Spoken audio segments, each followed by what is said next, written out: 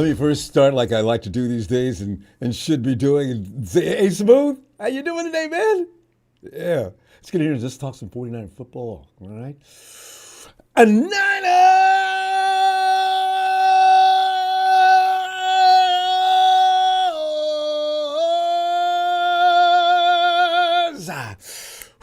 Man. Actually, I have something that's concerning me. Fam, can I share this with you for a minute? You know what? Let me wait. Let me start crying early on. Stock way up, fam. 49ers versus Titans preseason game one review. As you know how we do short and quickly after the game, so we break through real quick. So today, let's get a little more in depth with it, right? Preseason game one between the Niners versus the Titans did include quite a few exciting moments, though, some that we can actually look upon and reflect and make decisions upon certain players, right? Also, keep in mind that Tennessee had plenty of starters in that game from the very start of the game, of whom stayed in the entire first half for the most part. So San Francisco had just a few starters on the offensive line, while the twos and threes, see, if there's something to feel good about, the twos and threes battle their strongest guys and only narrowly lost 13-17. And that last-minute drive, had it been, engineered a little differently, maybe we go ahead and win that game, so we can walk around saying things like, they played their ones, we played our twos and threes most of the way, except for a couple of offensive linemen, and we still came out of there after traveling across the country and beat that Tennessee booty. Tonight, though, going to the phones to further discuss the good, the bad, the ugly of the Niners versus Titans preseason game 1, 2024. But, here's what I was about to start whining about. According to Matt Barrows of The Athletic, the Niners have canceled their upcoming joint practices with the Saints due to the mounting number of injuries. Fam, I don't know about you, but here's what I came into this season thinking.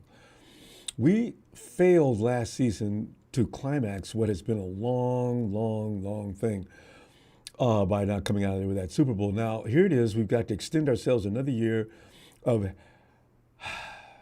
balls to the wall.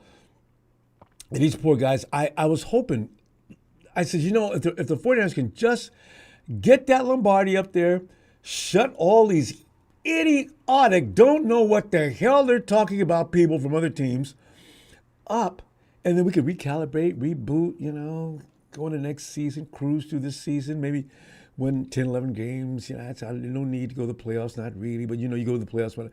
See, the only problem I entertain with going to the playoffs, don't go to the playoffs unless you're taking a team in there that's going to win it all.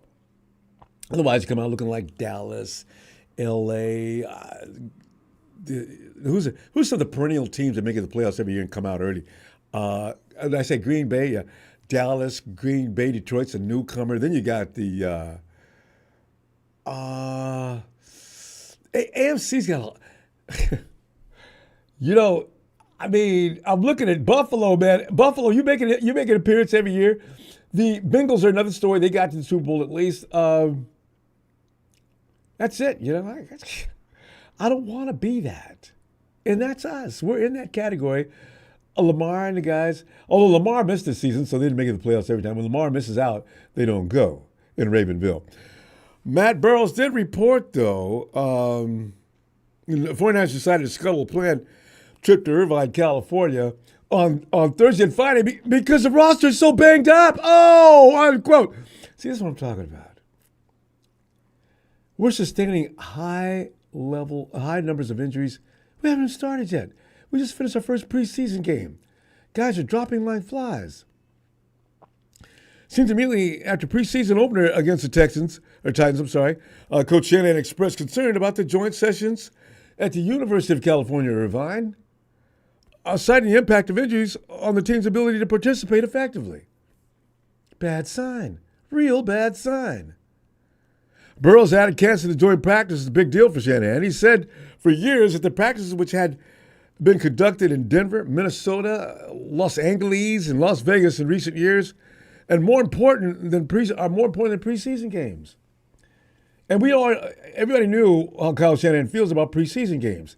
he doesn't take him real seriously. Through the play calling duties to,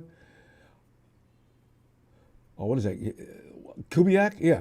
He threw the play calling duties of Kubiak Jr., right? I says,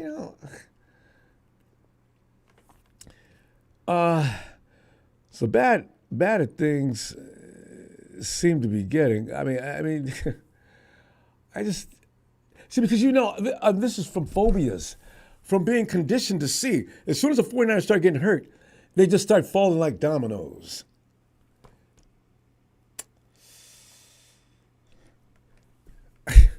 This is why most of the starters sat out. A few players, of course, who were expected to during starting jobs in week one took the field campaign for that purpose against the Titans. Otherwise, stay out of the line of fire for everybody else not needing to risk injury way too soon against guys playing insane, trying to make teams. Those are the guys out there going crazy, outrageous fouls or something like that. Doesn't mean anything to them. I'm trying to make the team here, man. I'm trying to survive out here. Okay.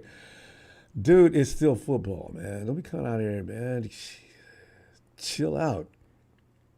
So old lineman, just to get some work and start building chemistry right now, Aaron Banks was out on the field for us, was among the starters. Right tackle Colton McKivitz, who needs all the work he can get. But rookie Dominic Puni. You notice when you say the word Dominic Puni, your jaws all of a sudden tighten up, you start to feel like you want to smile. Dominic Puni was on hand and looking to be back on track for a starting role in 2024. Everybody talked about it all offseason long. Before we came to the preseason game, everybody said, Dominic Puni. I'm always laying back in the dark saying, man, wait a minute. But you know what? Dominic Puni might be the real deal. DP got the start in the preseason opener after taking hold of the right guard spot in camp when Spencer Burford and John Feliciano went down to injury. See, there's that word again, injury. Puni looked to be the front runner for the job going into Saturday's game. He may have closed the book on that whole assertion. Dominic Puni. You can write on his jersey now, the man. That performance in Tennessee, yeah. Woo! There was never a point where Deep Puni looked overwhelmed. He never got a soundly beat on a rep. He anchored well in pass protection, moved well in the run game. He also flashed good awareness to look for more work out there. That was Dominic Puni. They grabbed Mason. Get your butt across that end zone. Bam! Oh, Dominic. Puni looked the part of a starting offensive lineman playing in week one of the preseason. I had said and agreed with a lot of people saying you don't want to put rookies in that spotlight on a Monday night football game against the likes of the Jets. You just don't want to do it. I do. Yeah, I do now. Yeah, I ain't scared. Yeah. Hey, that Deep Puni was removed from the game with other starters is a sign that the coaching staff had seen enough. Welcome to San Francisco, Dominique. Yeah, let's go, babe. Let's go. There'll be some finishing touches for the big, powerful youngster to work on. Of course, he ain't perfect. He is a rookie. He's got some things to learn. That's the nice thing about it. He's got some upside to him yet. He hadn't developed and fully reached his potential. Ooh. He'll need to close training camp and preseason performing well, but all the signs point toward the right guard spot being Dominic Puni's job to lose. After, fam, here's the thing. After not picking an old lineman until round 3 of this year's draft, as most of us sat in horror as Kyle Shanahan, and the 49ers select in the first, with pick number 32, wide receiver out of Florida State. What? Ricky Pearsall. What? So, Dominic Puni, third round guard. He's not a tackle. We still got to find one, but still, that's a good start. Anytime you can get a homegrown offensive lineman that comes in, this is the luck of the draw. You could roll the dice. You can do calculations on it and find the odds of finding that. They're really high. We did it with a third round pick. He's a guard. But who knows? Dominic Puni may have some versatility out there. He does what he does well. Let's see what happens. I don't want him at the tackle spot, though. If he does a great job at the guard, I need a solid guard. That means I got two solid guards. I got Puni on one side. I got Aaron on the other side. I was filling the blanks in between. Maybe Nugent looked good at center. I didn't pay a lot of attention to him. If you saw something from Nugent, let me know. I want to hear about that. Stock up or stock down? Question mark. Bad news first? Like we need to, you already know. Kick coverage team, Jesus Christ. That kick coverage squad gave up a 63-yard run on the first rep of the preseason. Didn't wait to start messing up. Missed tackles on the play and appeared the Niners picked up right where they smelly left off last year. Oh, we're not going anywhere with the special teams looking like that. This is something they need to get ironed out before the season starts. We only got a few weeks, fam. What are they going to do? Kyle and John. Boy. You know, it's... We saw this last year, and we said, I know they're going to fix this by next year. Here we are, a few weeks away from opening day, and that kick coverage looks like, oh, my God. Stock up, though. Jordan Mason started and carried 5 times for 34 yards and TD on the opening drive, thanks to Dominic Puni. He did have a drop on a high throw, which wasn't entirely his fault, though. Brandon put that ball a little bit high, but JP does need to improve on his pass catching, which is the thing. You know what, though? He's seriously trying to, though. That's all I want to know. He went out and spent $3,000 of his own money on a jugs machine. Him and his dad are out there working on that constantly. He'll catch it. Oh, he'll catch it. Just bring the ball down where he can catch it, and let's see what happens. You know what, though? I want to see him make a difficult catch still on occasion. But Jordan, he was dominant as a runner, continues to turn out tough yards. As you know, the dude never gets pulled down from behind. He should get a real crack at the backup running back job. This year, Kyle Shanahan, there is no need to overwork CMC, man. Pace him. Kyle, possible 20 weeks of football. Possible 20 weeks of football. CMC had more carries last year than any other running back in the league, save one. That's not good. That is not good. And it's uncalled for. You got guys that can back him up. Give him some rest. Stock down, Ambry Thomas. I had high hopes on Ambry Thomas. I was one of his biggest fans. I still want to be. It wasn't Thomas's best night to open his 4th preseason as a pro. 4th preseason. He missed tackles on a long Titans kick return. He was flagged for holding in the end zone on a 3rd down stop on the Titans' first drive. He also whiffed a tackle on a 3rd and 10 screen that went for 36 yards. He ended this tragic day on a forearm injury that mercifully cut his day short and let him go on back home. You only wish that he could get a job with the 49ers. As I said, what I saw from him, that's in his 2nd year, I said, wow, look at what we got here. He's perfectly built for this too. Speed, size. Man. It's kind of tough to sympathize with Ambry, though. This is his 4th year. How you going to do?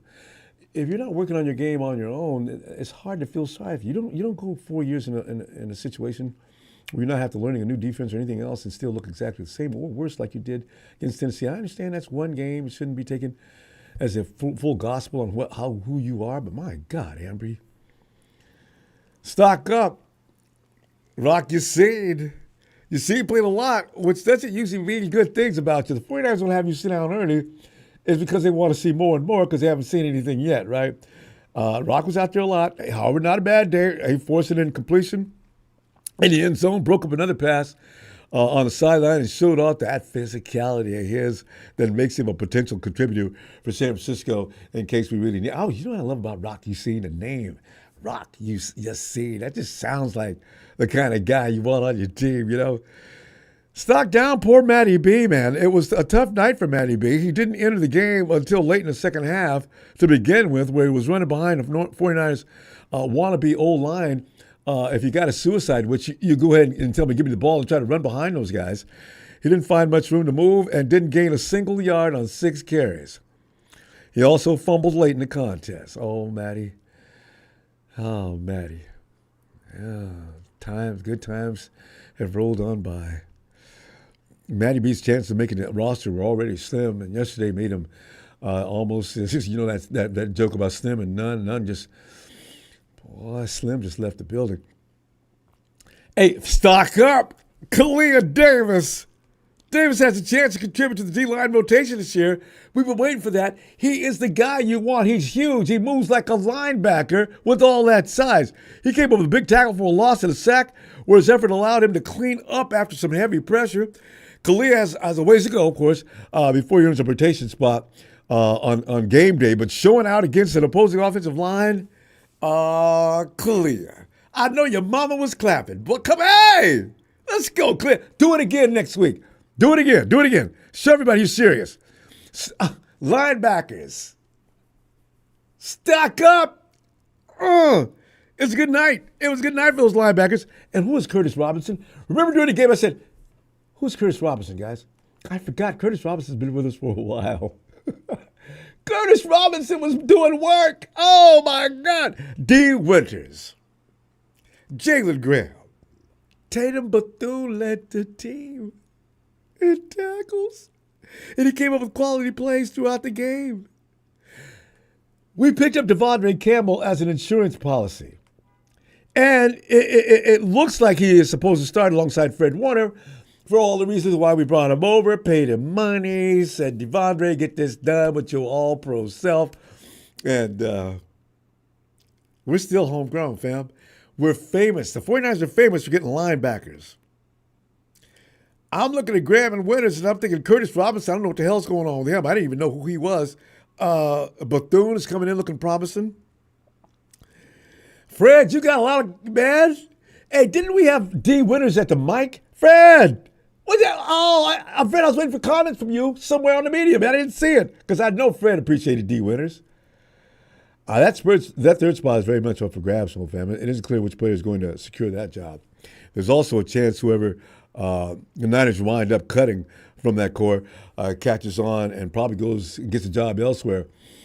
Because that's what we do in San Francisco. You need linebackers? We got linebacker you. Oh, that's a good group. Fam, Brandon Allen versus Joshua Dobbs. I asked this question yesterday, and I was looking around the media to see if anybody else had any conclusions. Nobody does. They both came in and looked good. How are you going to do? I do believe this, though. I do believe Joshua has the highest upside. Joshua was saying things like he felt good about coming into a camp for the first time in a long time, learning the playbook, and learning how to, who guys are, how to play with them, stuff like that for the first time. Because usually he just comes in and does his thing without knowing too much and does a good job. What could he possibly look like? I want to see what Joshua Dobbs looks like this week. I think it's going to take the entire offseason for quarterback 2 to be named, actually. Brandon Allen did not look bad at all. I loved him under pressure. I love the way he reads. He has no problem throwing across the middle of the field, none whatsoever. Yeah. Man. Exciting times. The only thing I'm concerned about is just like everybody else, can we please stay injury? Can the injury stay to a minimum? If Kyle Shanahan's not even going to want to go to Irvine and work out with the Saints and a team collab, I said, man, it's bad. It's really bad. We can't even get enough bodies together and got to save everybody to get healthy coming up this weekend, or else we can't even play the preseason game.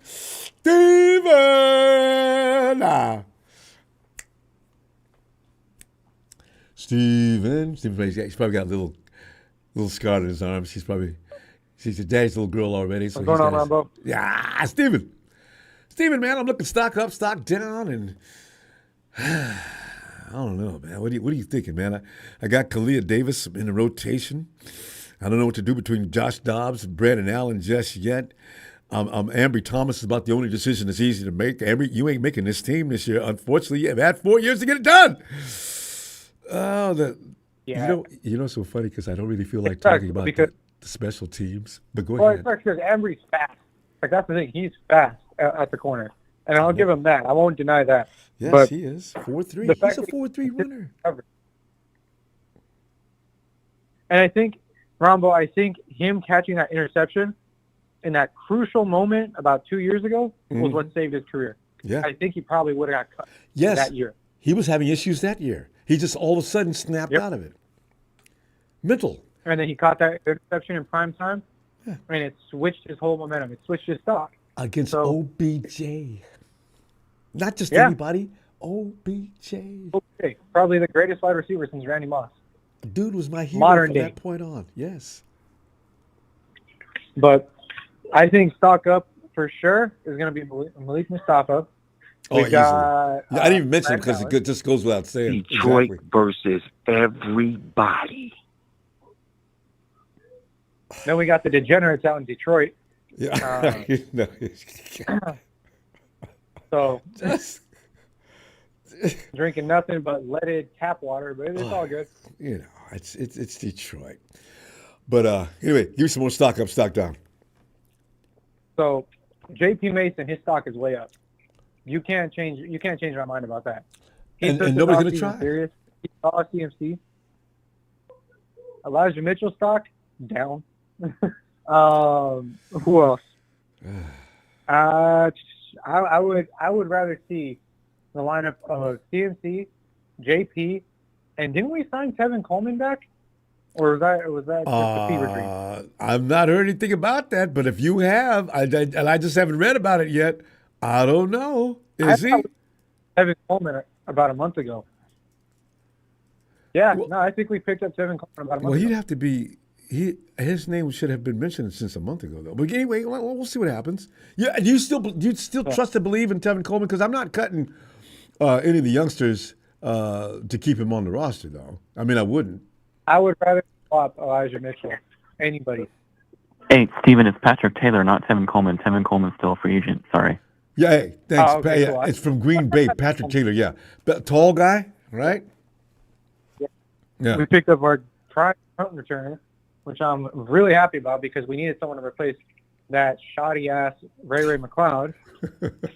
Well, you wanna talk- had you wanna talk about- Trent Taylor was out there yesterday, but I didn't have a great feeling about Trent. Well, you know what? It's the first time these guys are seeing this for the first time, so we need to wait. The jury needs to hold on a couple of weeks before we start determining who's good at that and who's not. Well, you know who else's stock up? I would probably say is going up as we speak. You're right about Kalia Davis, that's for sure. But Yeah. Alfredo Gutierrez being Ah. subbed in. Oh man, him being If- subbed in and watching him stop. If they first let team him, defense. if he's eligible to be, the 49ers, I still think they just look at him as an international player that they're working with on a constant basis. But I think they can make a decision at any time if they really do like him to sign him. I believe. I think they do like him because they kept him for quite a while. I think he's been on the team for 4 Years. seasons now, Ronbo. I know. Yeah. He signed him right when they signed Demo and what was it? Demo and Ambry. Right. I think he can. You know what? I think the time is up on carrying international players if without hitting against your player count. I think he stays on the practice squad if he doesn't sign the roster. You're right. I think the 49ers are interested in further development. The man needs to be made into something. He is huge. He looks like he can look down at the Incredible Hulk and slap him. My God, that's a big man. Yeah, he's definitely a generational talent for the country in Mexico. Again, for any place in the world, for for that matter. That's a big dude. And if we could teach him how to play like in the NFL, we have an outstanding weapon. And then imagine him on run plays, Ronbo. Woo! Just go behind him, Puni. All you got to do is go behind him, Puni. Oh, I Watch know that this. gap open. If I see him coming down the field and he's got a full head of steam up as they're road grading, I'm getting out the way. And if the coach asks you what the hell's my problem, you get out there and you run out in front of him, okay? And see what happens. You make a judgment call like I did. Shit. Just imagine, Ronbo, imagine watching a run play with Alfredo Gutierrez, Dominic Puni, Aaron Banks, Trent Williams, and whoever else you want to throw out there. Probably, I don't know. Brendel's with the Titans now. What? Whoa! What?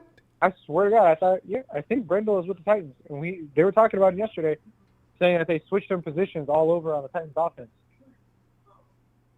Okay, well, let's get that confirmed. Because last I heard of Brindle, he's hurt and recovering from some kind of injury with the 49ers. But go ahead. No. I could be wrong. I could be way off. I heard one of the former 49ers on the Titans. So I'm hoping No, you're I'm talking wrong. about Brunskill. Brunskill's over there. Brunskill. Yes. I knew it. I was like, it's Brunskill's the one who guys. recommended we pick up Hodges from the Titans as he came on over, and but Hodges didn't show me anything yesterday. But go ahead. But yeah, no. Just imagine that offensive line opening up the gap for Christian McCaffrey or J.P. Mason. Just think about it. Just imagine how many yards per carry that'd be. Would love to. They would open up more gaps than a British person's teeth. There would be What's that guy's name? Terry. There'd be a bigger gap down the middle than Eddie Murphy's front two teeth. I'm telling you, I pray the Niners keep Alfredo and they start Puni. I hope they keep those. Well, obviously they're going to keep Puni, but I hope they keep Alfredo because that kind of power, that kind of size, comes once in a blue moon. Well, you know, and you're as right, an offensive lineman, they've kept him this long. That means they're looking at him. They're taking him seriously. All right, so we'll find out. Yeah, they definitely are. If he shows up a preseason next week and he does a great job, Ronbo, I think we found our new offensive lineman. Because you and know I couldn't be any more happy. Alfredo, I don't remember him playing any preseason games until yesterday too. By the way, so he did. Did he play last season? He did. Last preseason. Season, he did play. Okay. Yeah, last season and the season before that, he played, I think, all 4 of the preseasons last year, and then he played, I think, 2 of the preseasons the year before that, and then he played 1 game, like I think maybe a couple of snaps on his first year being with the Niners. All right, Steve, we're gonna go. I will see you Tuesday. Yeah, let's call him Tuesday. I wonder what we're gonna do as far as going back to Irvine. All right, Phil. Appreciate you, Steven, Scarlett, in the row, Miss Steven. Y'all have a great night. All right, have a good night. Night, Steven. Steven. Ronbo. One of the most fun dads of all time. Matt. Ronbo. Man, you know, it's so funny because when you talk about the fun things about the 49ers, I actually, I'm not saying anything about, I've said all I'm going to say about that special teams kick return unit. Matty, you might want to go. I don't want to avoid it. Anybody else who wants to hear about it and talk about it, Matty, you go ahead and cover that if you want to. As far as I'm concerned, they're not, I don't know them. I don't know who they are or what they are. I like talking stock up. There's all kind of stuff. Matty, start wherever you want to, man. Jump in there. I'm not even sure what to think about him yet. I'm not familiar. I did enjoy seeing a lot of the guys getting together at Kittle's place. They have a party? I did. Yeah, well, they kind of had a workout. Oh. They were kind of. I think they were there for a couple days. Oh yeah. While everybody else was on the way to Tennessee. Hey, wait a minute. That's they stayed in Tennessee. George has a place in Tennessee, right? Yeah, that's where they were at. He calls it the barn. That's right. George has got a place out there. He's got like a 40-yard field out back. Right. Looks nice, dude. Yeah. All the equipment you could want. They got a picture up of him. Yeah, I know about that place. I forgot. Him and Trent Taylor Travarius Ward, and you had all sorts of guys out there, man. It was nice. Well, I bet his place. And I like it because it's just locker room's tight. Yeah. Yes. Not every locker room's that fortunate, man. Like we're blessed. Well, you got a lot of blue chip players. You got a lot of money, can afford to put facilities like that together. Yeah. Well, it's just nice that we have a team that wants to hang out with each other. And then there's that too. I mean, the things they'll play harder with each other. Can you imagine what dinner time, eating time was like?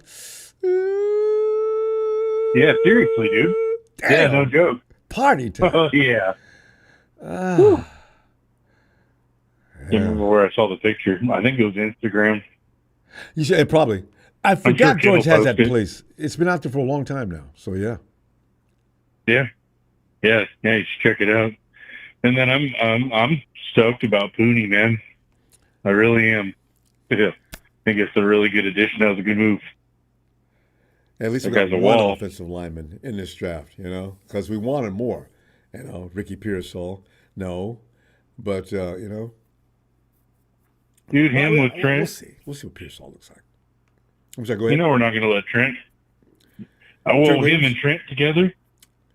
Yeah, Yeah, that. I that's what the figured- doctor ordered. Yeah, I just need Trent to get signed. So, Matty, here's the thing. So we're entertaining the thought of you got Ayuk, whom I didn't mention until now, and I wasn't going to, and then you got Williams. We got those two bookend problems, right? So I have to keep thinking. You know, Oh, I think we should fix the Trent Williams one first. well, no, there's no doubt about that. You gotta. Absolutely. We can play without Brandon too. It will look a little different, but we cannot play without Trent Williams. That looks way too different. Although, by the way, Yeah, especially that offensive line yesterday, Yeah. they Uh-huh. other than getting blitzed over and over, do you know that they weren't actually that bad? No, we look good. I mean, I'm never worried about a loss in the preseason. No, I know. We're just getting our wits about us, getting back into game speed. You know, there's a lot of people who haven't played professional football yet, so True. they're getting used to how this whole thing goes. So I'm excited about a lot of the things I saw. I mean, from what I did see, obviously I didn't get to see the whole thing, but That's right. Half. You came at the half. Yeah. That's right. yeah. Well, I watch a live stream that somebody puts up on Facebook, and it did. I was there like right before game time, and I didn't see anything, so I just assumed that she wasn't going to play the preseason. So I assumed wrong. Yeah, no, the NFL has algorithms out that are really incredible. They know where their content is rolling, no matter where it is, Yeah. and they will shut it Crazy. down. They are just evil. Yep, God, they it's are, dude. preseason. Yeah, they're ruthless. Yep, So crazy. Yeah. Anyway, But- man. But anyway, we're. What do you think our biggest improvement should be? What do you think? What do you think they really need to be working on right now? Special teams? We cannot. Yeah. Okay. In fairness, actually, Matty, when you think about the fact that did the Titans play in the Hall of Fame game? Who played the Hall of Fame game? Anyway, they look way better than we did on this new format of kickoff. Yeah, I'm thinking because they stopped different, us. yeah. I mean, they stopped us cold. They looked as if they knew what they were doing, or Kyle Shanahan doesn't respect that enough to apply more work on it because we look like we never played that before, and we hadn't, but not. We look raw. And then when it came to stopping them coming, come on, guys, they stopped us. Yeah. And we can't stop them. That's that weak tackling and things like that. The line of Seems silly to me, scrimmage. huh? No, that's them. Yeah, I got tired of seeing that. I'm like, man, we can do better than this. We really need to tighten the ship up on that one. You know what? You're right. I agree. And it's just such a new thing. I mean, I think that's one of the biggest rule changes I've ever seen. Yeah, drastically. Because the You've been tackling playing football one way forever with a kickoff. Yeah. It could get botched. There was something the 49ers, not 49ers, but the league tried to incorporate a few years ago, and they stopped doing it by the time the season started. Now, if the owners and everybody complained enough about this new setup, they might shelf it again because they're trying to We'll see. protect players. Though, I'm not going to hold my breath on that one. Yeah, because they're trying to protect. They think it's safer for the players, and that's pretty much their top priority now. Well, So, if we have to live with it, man, we'll figure it out. hopefully.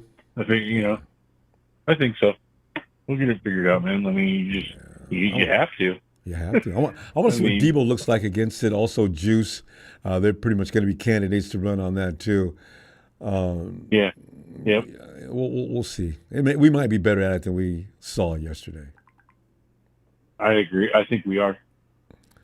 I think we'll figure it out. That was obviously a wake-up moment. So I mean, we still only lost by back to the drawing board. Yeah, we still lost only by a few points. Not even a touchdown. Yeah. Not even a big deal. Yeah. Hey, it's all good, dude. We got this, man. I'm excited for the season, and we're gonna. I think we're gonna make it all the way back. It's just this is our year this time. Yeah.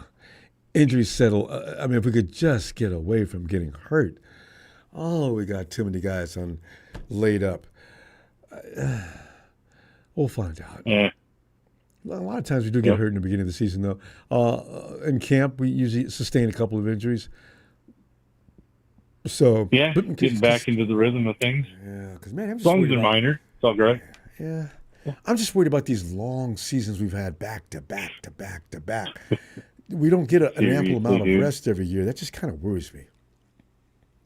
We'll find out. Well, and then first week out, we play Monday Night Football, and then we're back in on Sunday. So it's like that's a short week. Yeah. Not by much, but it is. Yeah. And the rest of the schedule is going to be brutal while everybody else gets a lot of rest playing us. That's what kills me. We're playing how many teams we got coming off of a bye week or a rest? A ton of them, and dude, we can't. Who knows what we're up against within our division? Everybody's went through a draft. Everybody's got new guys. As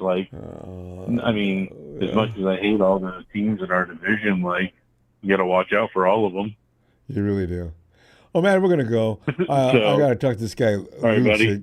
All right, fam. I'll see you Tuesday. You can be back Tuesday? Yeah. All right, brother. All right. All right, buddy. Have a good night, man. You too, Matty. All right. Let's get rid of this remark right here by Ludzig. Ludzig, I'm going to give you one warning on that. That's just a little too vulgar for me, man. Come on, man. This is football. We're not talking about your member or anything else like that. I'll give you one shot, okay? Cut it out. All right. Well, it's a big show. Ooh, it's a big show on tonight. Show. Howdy, Ronbo. Hey, big show. Pearsall didn't play. I guess a lot of people didn't see the game. Now, Ricky's at home, and he's got somebody got an ice pack on his shoulder. Show, come on in, man. I was talking about stock up, stock. Oh, wait a minute. Let me get 49. Brian says, heard Kyle cancel practice with the Saints due to all the injuries. Smart move. Yeah, that's the name of that game, Brian. As I suspected was going to happen. I was hoping I was wrong. So come on in, man. I mean, I'm done. A little quick edit. I know I hate doing this, but I have to. Ricky Pearsall's from the University of Florida, the Florida Gators, not Florida State. I know. You know what? You had mentioned that earlier. The Florida schools. He's University of Florida. They hate that. I bet they do. There's they probably get rivalries and. Oh my goodness, Ronbo! You probably get a mouthful from somebody from those two schools, and mixing them up like that. It's that big of a rivalry, a lot like Ohio State and Michigan. Yeah, but anyway, their names are totally different, though. So it's like you're never going to mix Cal and Stanford because they got two different names. But yeah, thanks. I stand corrected. Thank you. I got to save you there just in case, So, yeah. Anyways, I can't believe a name that hasn't been mentioned tonight. I think who we grossly overhyped and were overly excited about is Cody Schrader. He did not look so good last night. You're right. I forgot. I forgot to talk. I'm trying to wait and give him a chance. You're right. I'm going to give him the BOD, but so far his outing, as far as yesterday goes, it's not looking good. Yeah. He couldn't find the holes that were open. He's not a great blocker. He fumbled once, and Cody have a you can't make those mistakes if you. Yeah, he fumbled once, but I don't know who recovered it or not. And jitters. You can't make those mistakes if you want to try to make this roster. And right now we have an overly crowded running back room. And granted, yes, J.P. Mason's stock is going up, but due to the overcrowdedness and his undersized, he's a little bit undersized for the ability to block in this offense, which is crucial. And that's why he's so far down in the depth chart and why he doesn't see a lot of playing time. And not only that, his mentals, regarding the reports you had mentioned earlier about him getting into it with Bobby Turner, that's not a good look for him either. What? Whoa. Him and Bobby Turner had a little altercation? I believe somebody, maybe verbal, just not getting along and just not getting on the same foot. Because Bobby Turner talks to you as a running back.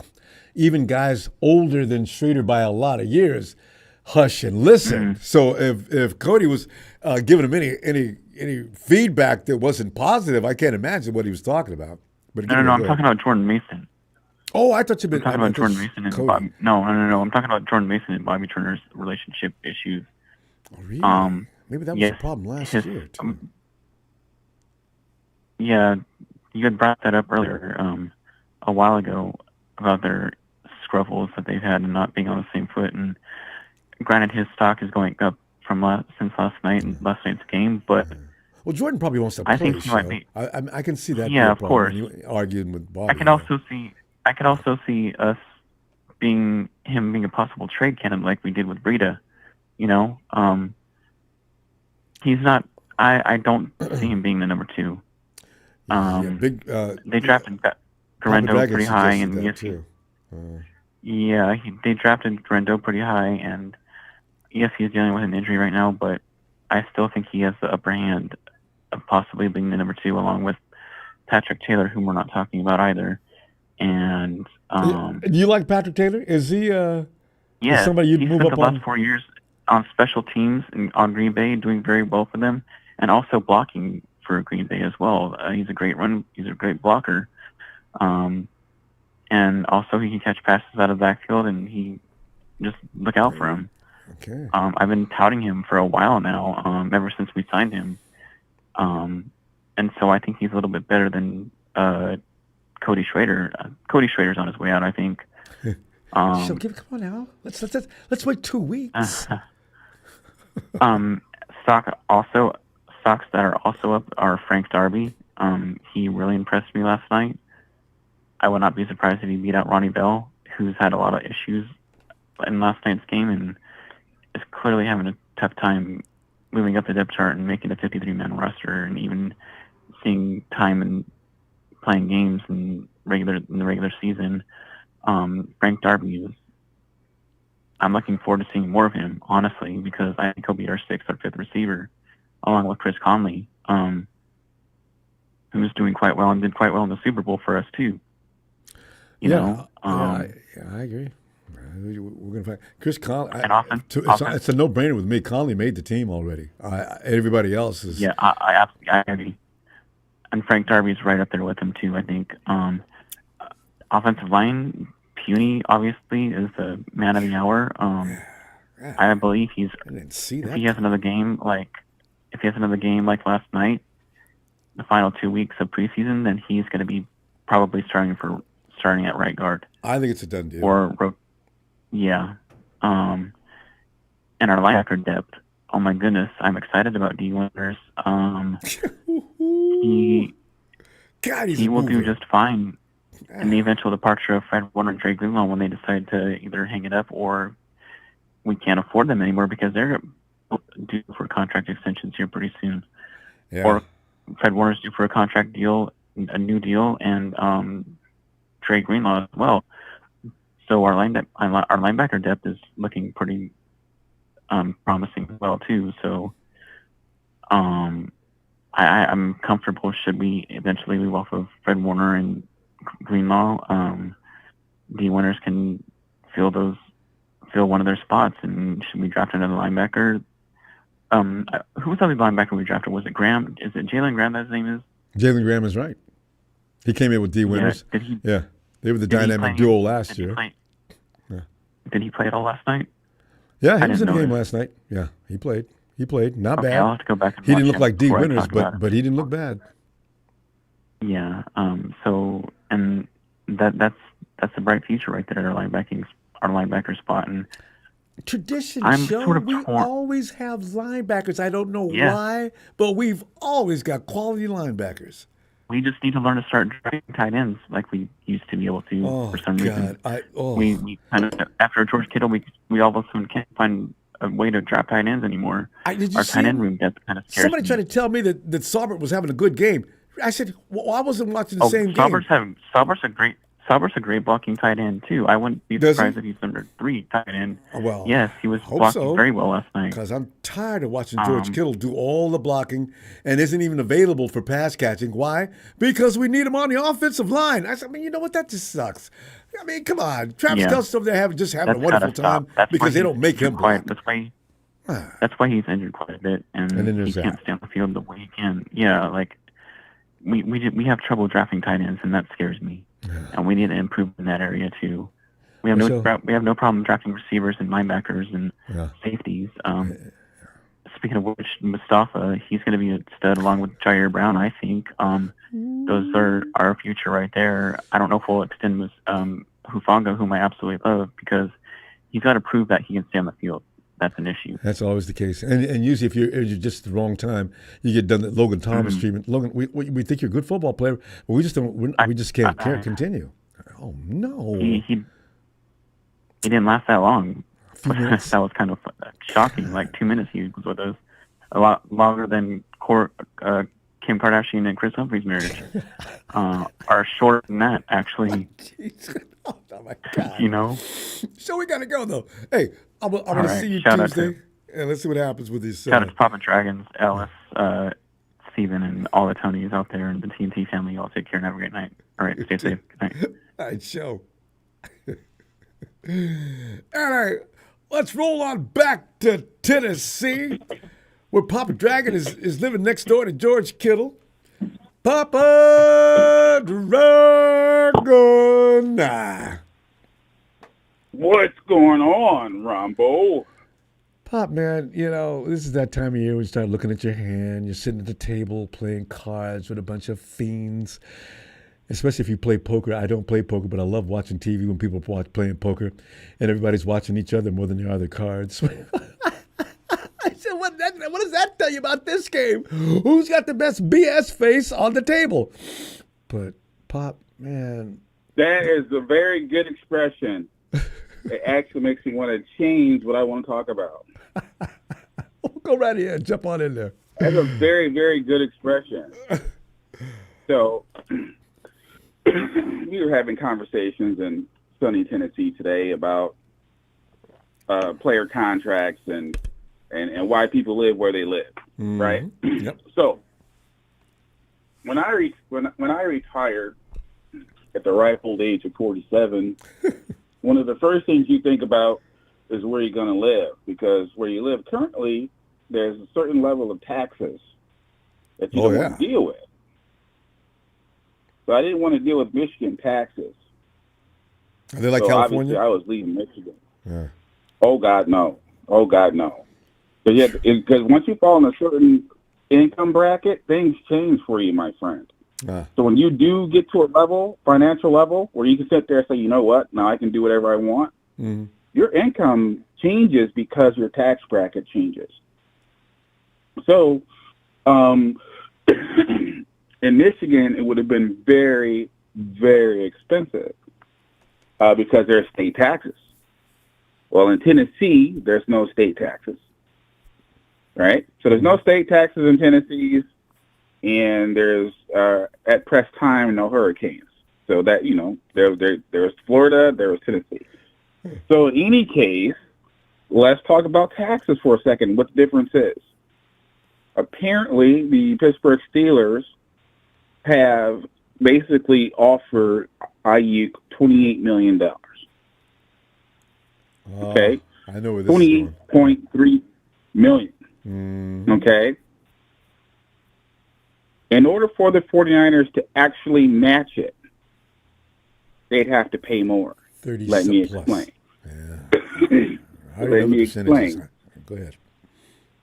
You know the percentage, but you know where I'm going, right? Yeah. So the Pittsburgh state taxes are 3-point-something%, right? And the California taxes is 12-point-something%. Which basically means that if IU took the same contract in California, that would drop his salary down to $24 million per year. Whereas in Pittsburgh, it's $27 million. Thus, if the 49ers want to truly match the Pittsburgh offer, they have to pay IU $31 million. Or throw a whole bunch of guaranteed money at him.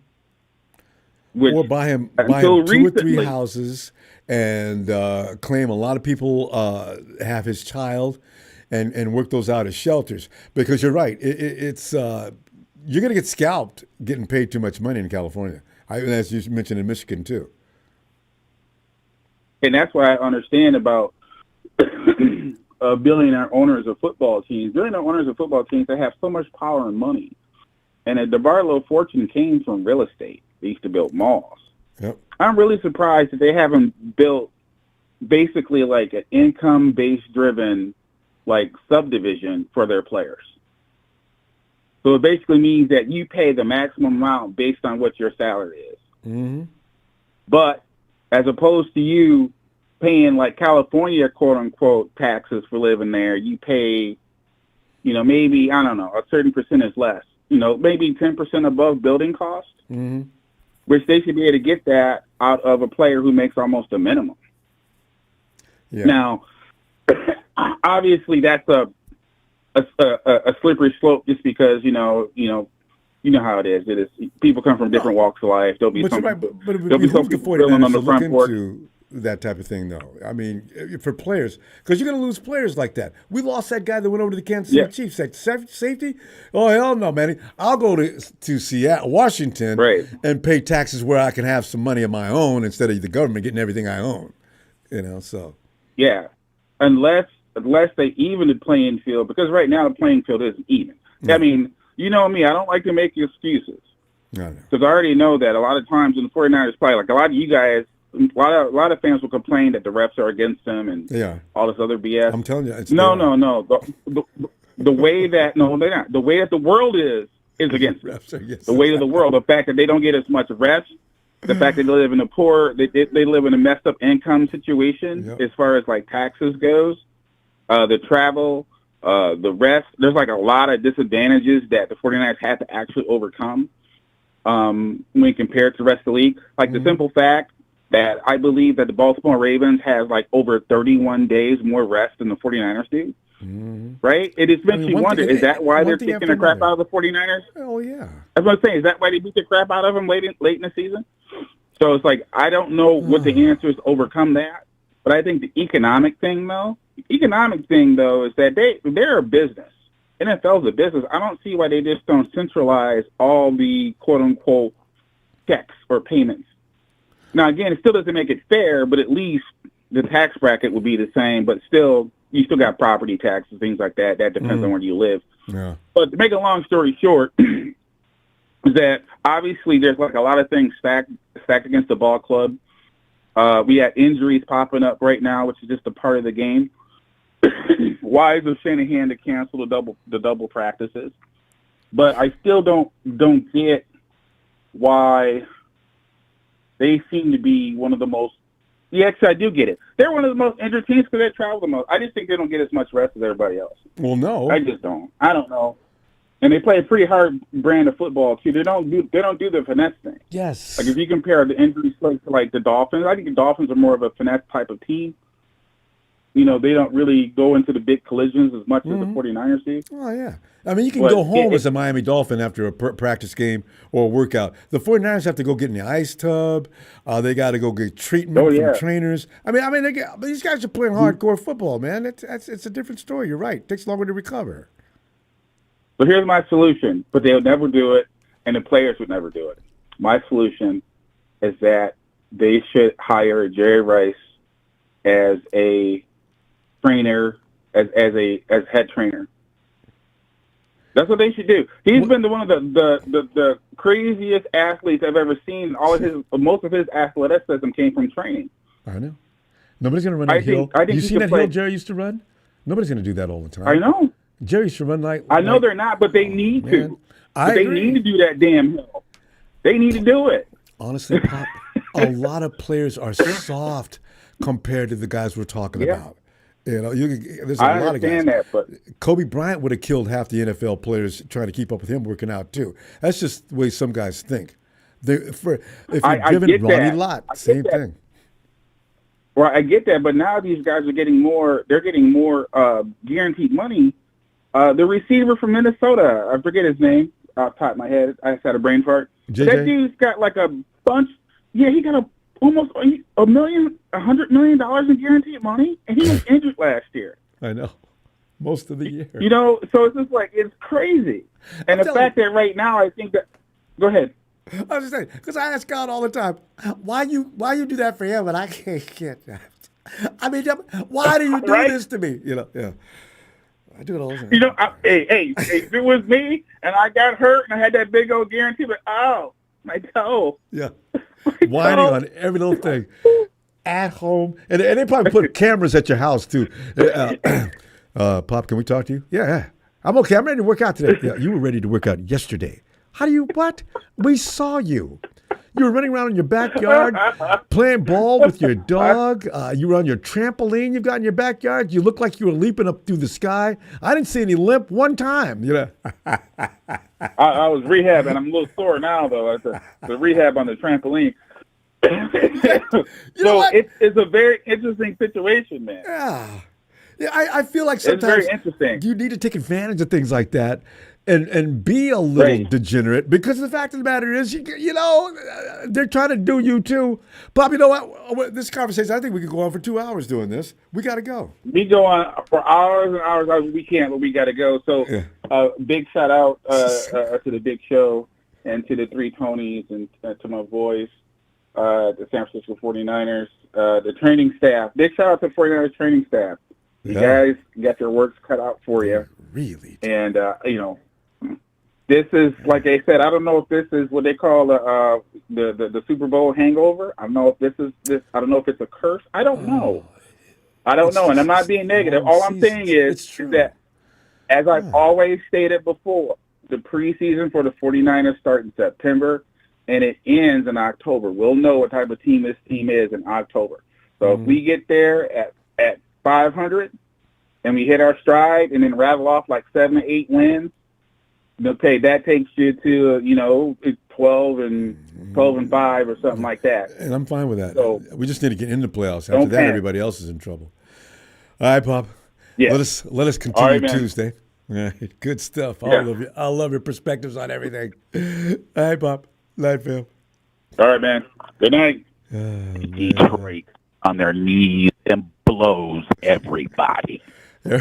Harold says, is the game too soft, or is this generation of players too soft? Not every player is made for football. Canceling practice to avoid injuries is wrong. Harold, it's don't get me started on the subject, Harold, because I get a lot of flack for that. Oh, man, you dudes, man, y'all holding is that a bit, man? Look, I'm just saying, man, you guys don't train hard enough, man. People run around injured all the time. You guys don't know. You got every high-tech facility you need. You can go into a training room in a lot of places. You don't even have to go out and deal with the elements. You can stay in and become a machine. I got to get paid first. Okay. See, that's what the problem is. You don't love the game. Yeah, you don't love the game. What you talking about? You don't love the game, man. I'm telling you, you don't love the game. You love the game first, and everything will fall into place. If you're out there just for the money, you get your ass kicked. I love telling dudes that too much. Hey, Harold, thanks for that contribution, fam. Aaron. Ronbo. Aaron, tell you what, man, we got some guys that are looking good. And, Aaron, when you think about it, we've only got a guy here and there that is questionable, and he's gone. You look at Drake Jackson, guys that are getting hurt all the time. And sometimes it's not the player's fault, but he's not going to help us any. We can't carry any extra baggage anymore like we used to. Poor Ambry Thomas, I feel sorry for him. The guy's got all the makings of a good football player, but I'm pretty sure he's out of here. That special teams unit we got, I'm blaming Kyle and John for that and the coaching staff. But Aaron, stock up, stock down. Who are you looking at?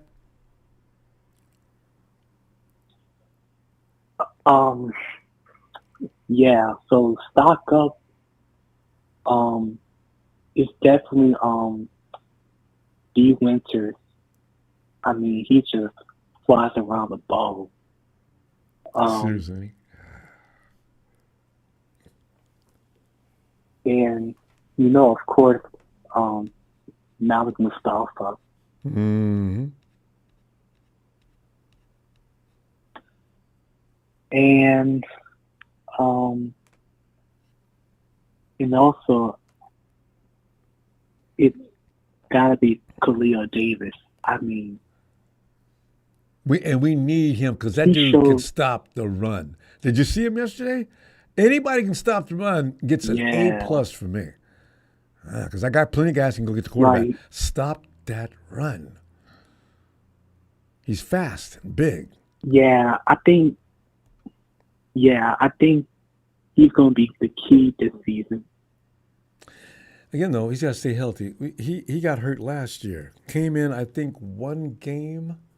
I remember one game, and he didn't look bad. And then he came back another week in a row, and then he got hurt. Yeah. And I think for stock down,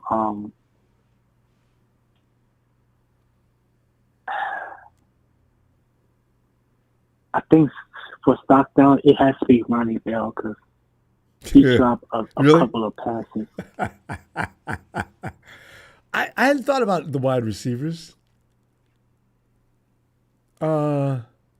But Ronnie did have the worst I game thought, out of everybody on the field, didn't he? I mean, as far as the wide receivers go, because, man, I Chris, thought Tate Martin looks good last night. Tay Martin, yes, Tay looked good.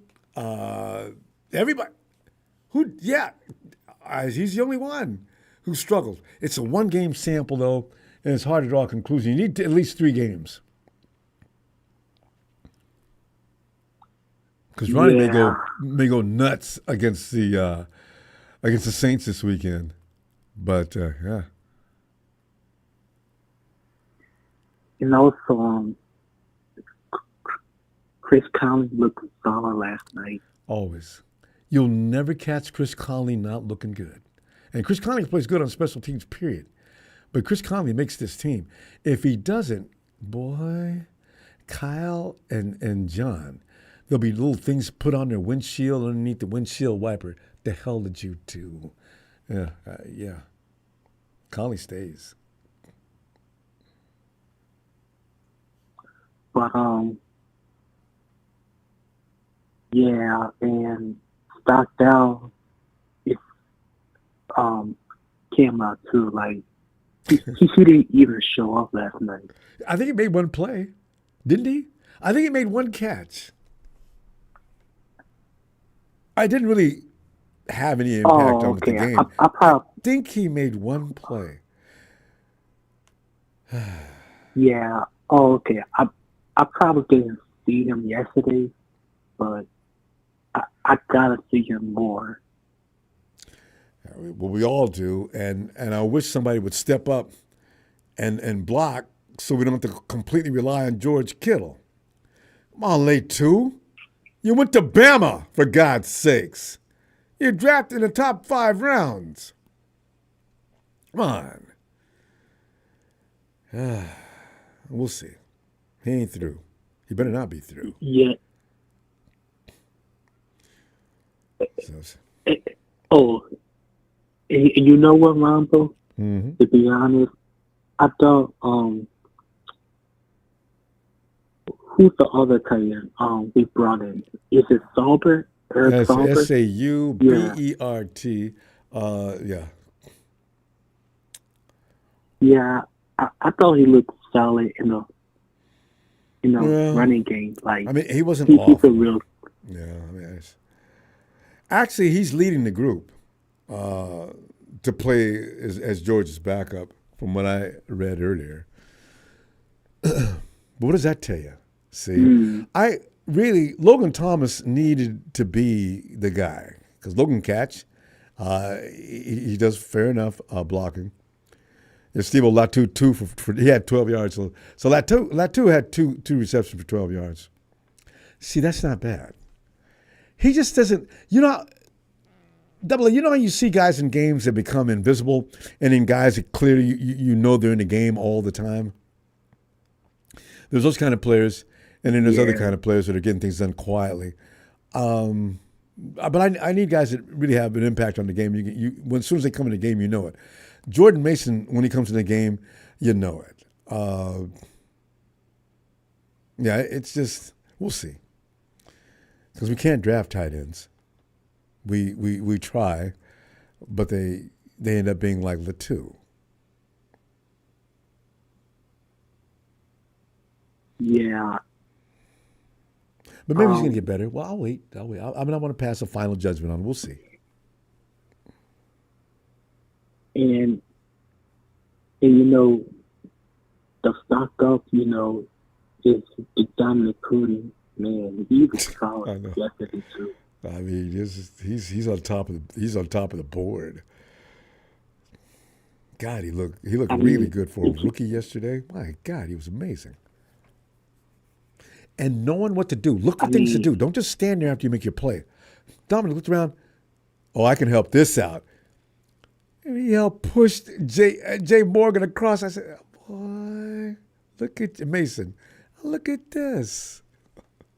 Good. So, yeah. I mean, if he continues to do that like that in a couple of weeks, then I think he's going to be our starting right guard. It's pretty much already determined. The coaches pulled him off the field yesterday with the starters. If you were a starter yesterday during the game, Dominic came along with you to the sideline. Yeah, he's starting. Because, you figure the options are Spencer Burford already tore his ass. Spencer's going to be on the depth chart so far down, you'll need at least a flashlight to find him. He's going to be so far down that hole. Feliciano's ahead of him as well. For all intents and purposes, even though no one's going to say anything, Spencer Burford's never going to be forgiven for that Super Bowl, even though the whole game wasn't his fault. But his part in that loss is not going to be forgotten either. So.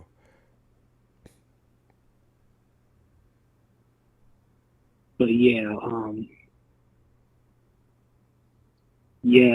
also I thought it's just Brandon Allen. Mm-hmm. I thought he did pretty good last night. I know. It's hard to make a decision right now. You have to wait a while, probably another couple of weeks. All right. Hey, we're going to go, because we're over time already. I'll see you Tuesday, though, fam, and always on Twitter. All right, Ronbo. All right, fam. Have a good night. You too, fam. Thanks, man. Hey. Yeah, Adam, Brandon Allen was playing confident versus Ty. He really was. And like he says, he likes throwing over the middle. I like that about him. And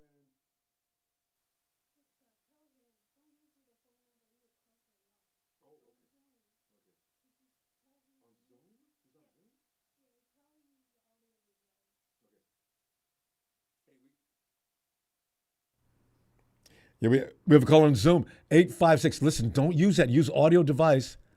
Hang up. You're being charged for that. Hang up. Use audio device on that Zoom option, and it's a free charge, or it's a free call. All right, we're gonna hang you up. 856. Don't use that.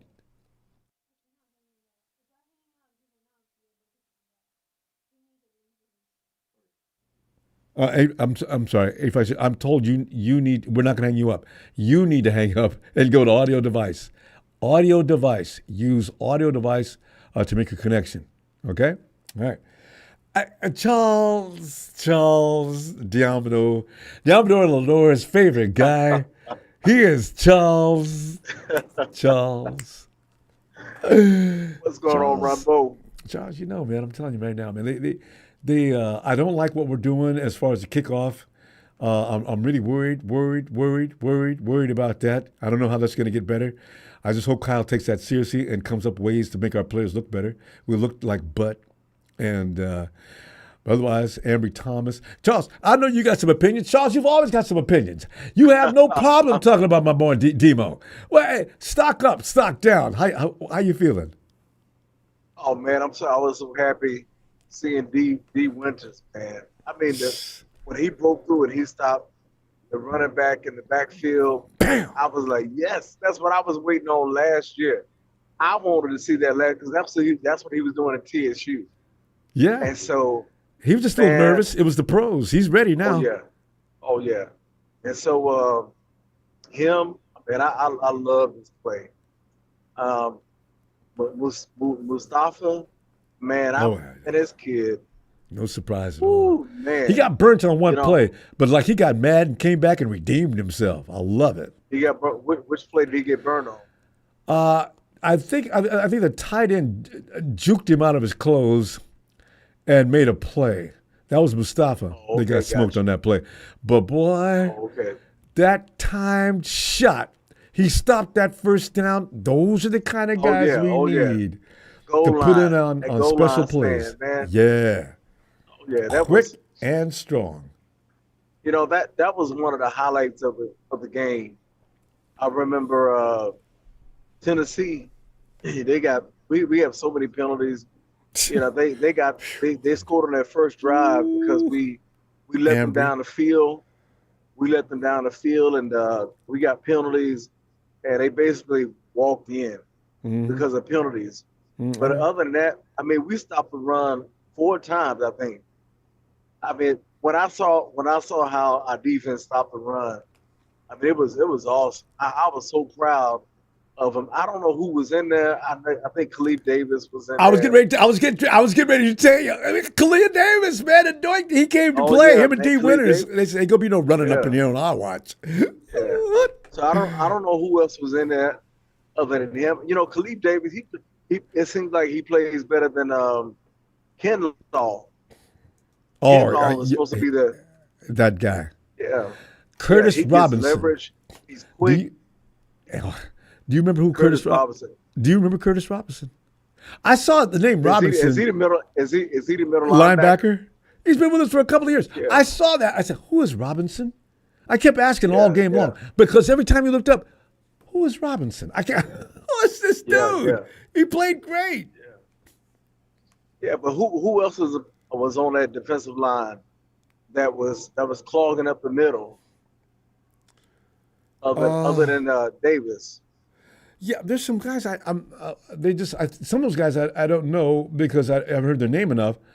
But you're right. Yeah. There was some good work being done in that interior. Oh yeah.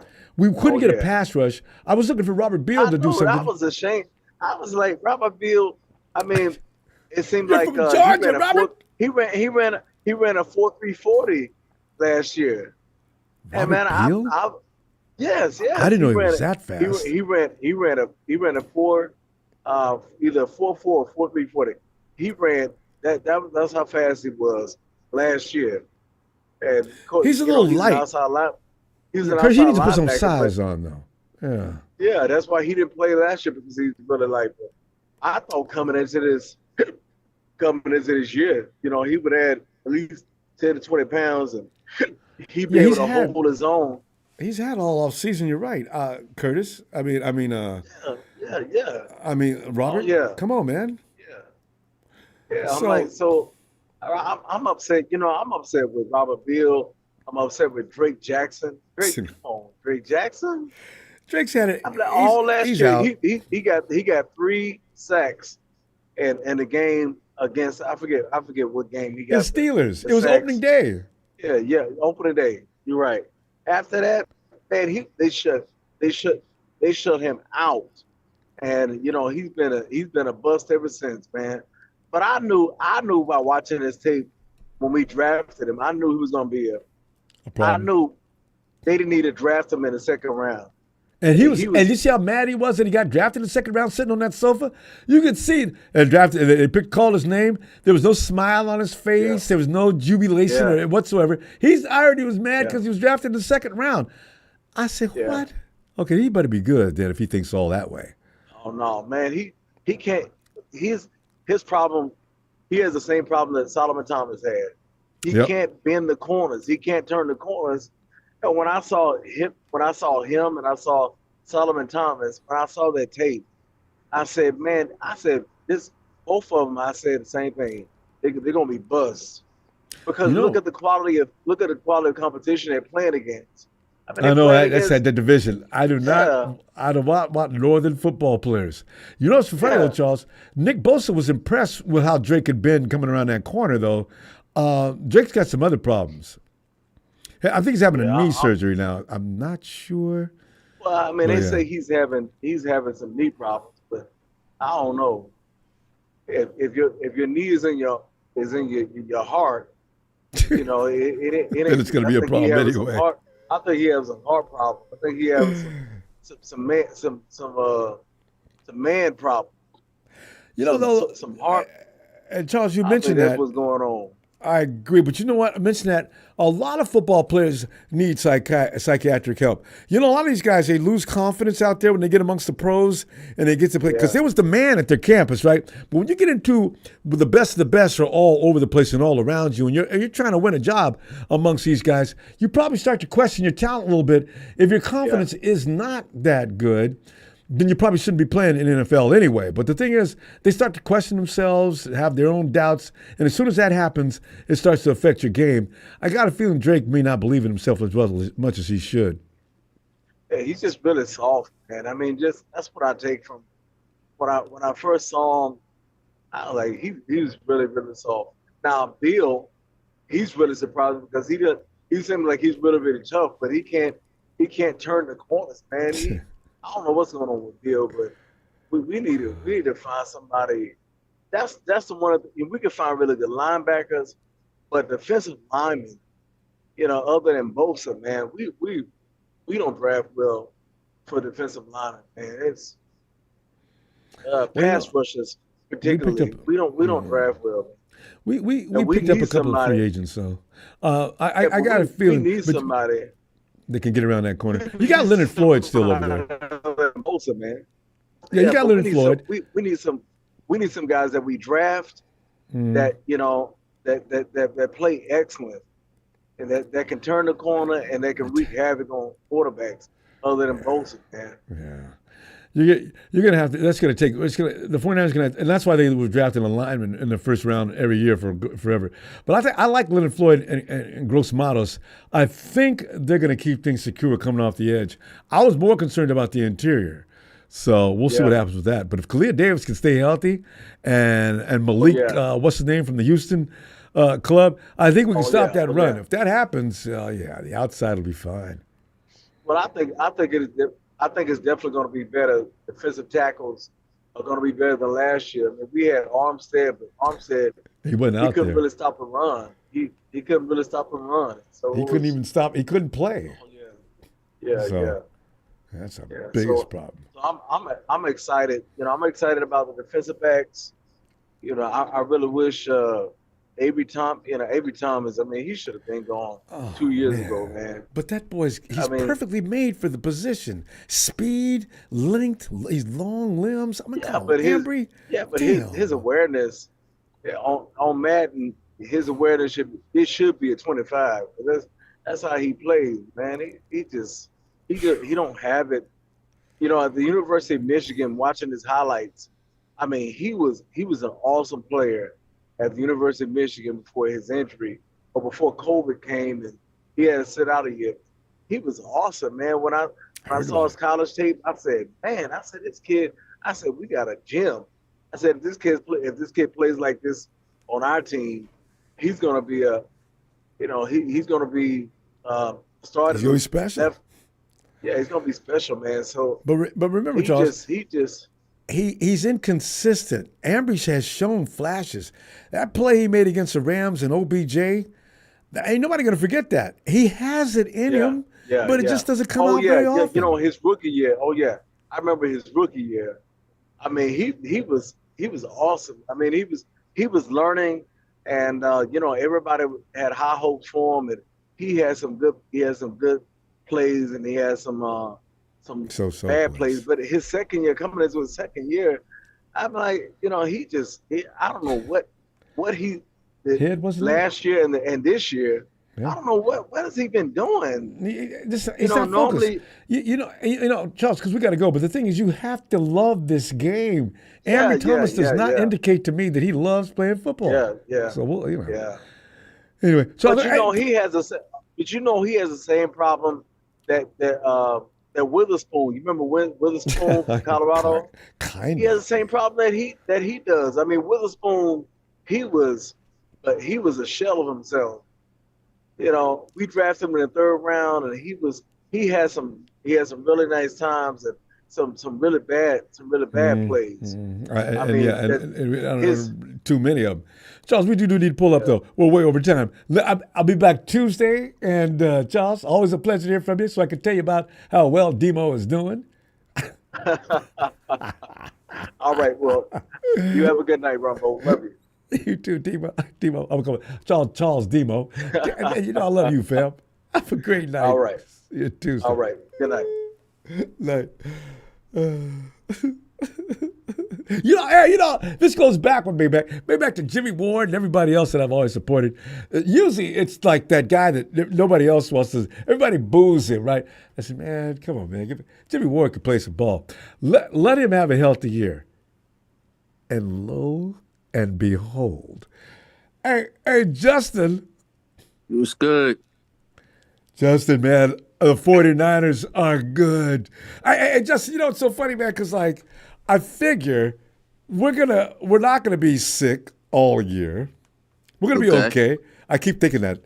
And watch week 10. Man, guys, we got 3 healthy bodies on the whole team. We're playing another team coming off of a bye week. We're already tired from last week. What's our record now? We're 3-4 already. What are we gonna do if we come back? The crying starts, right? I'm gonna start stocking up on tissues. But Justin, stock up, stock down. What are you thinking? I mean, listen, man. We got Joe Dirt as coach, so I don't know what's going on with the mullet. Yo, it's like he looks like he's going through a midlife crisis. I don't know what's going on. I think he's stressed out because of Brandon. Maybe you think he's stressed out. I would be. Because you see when they ask him questions in the media conference yesterday, he actually had to say, no matter how many different ways you ask me that question, I'm going to give you the same answer in a different way. Maybe I'm not mad. I said, guess you are. You know what? JT, how many times have you got into an altercation or argument with somebody? No, I'm not mad. I'm just saying. But your voice is going up. Right. Kyle was mad. He doesn't want to hear about Brandon Ayuk. It's pissing him off. I guarantee you're right.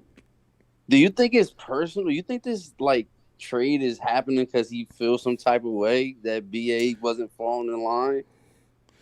No, it's just that I really do sincerely believe there's a cash flow issue.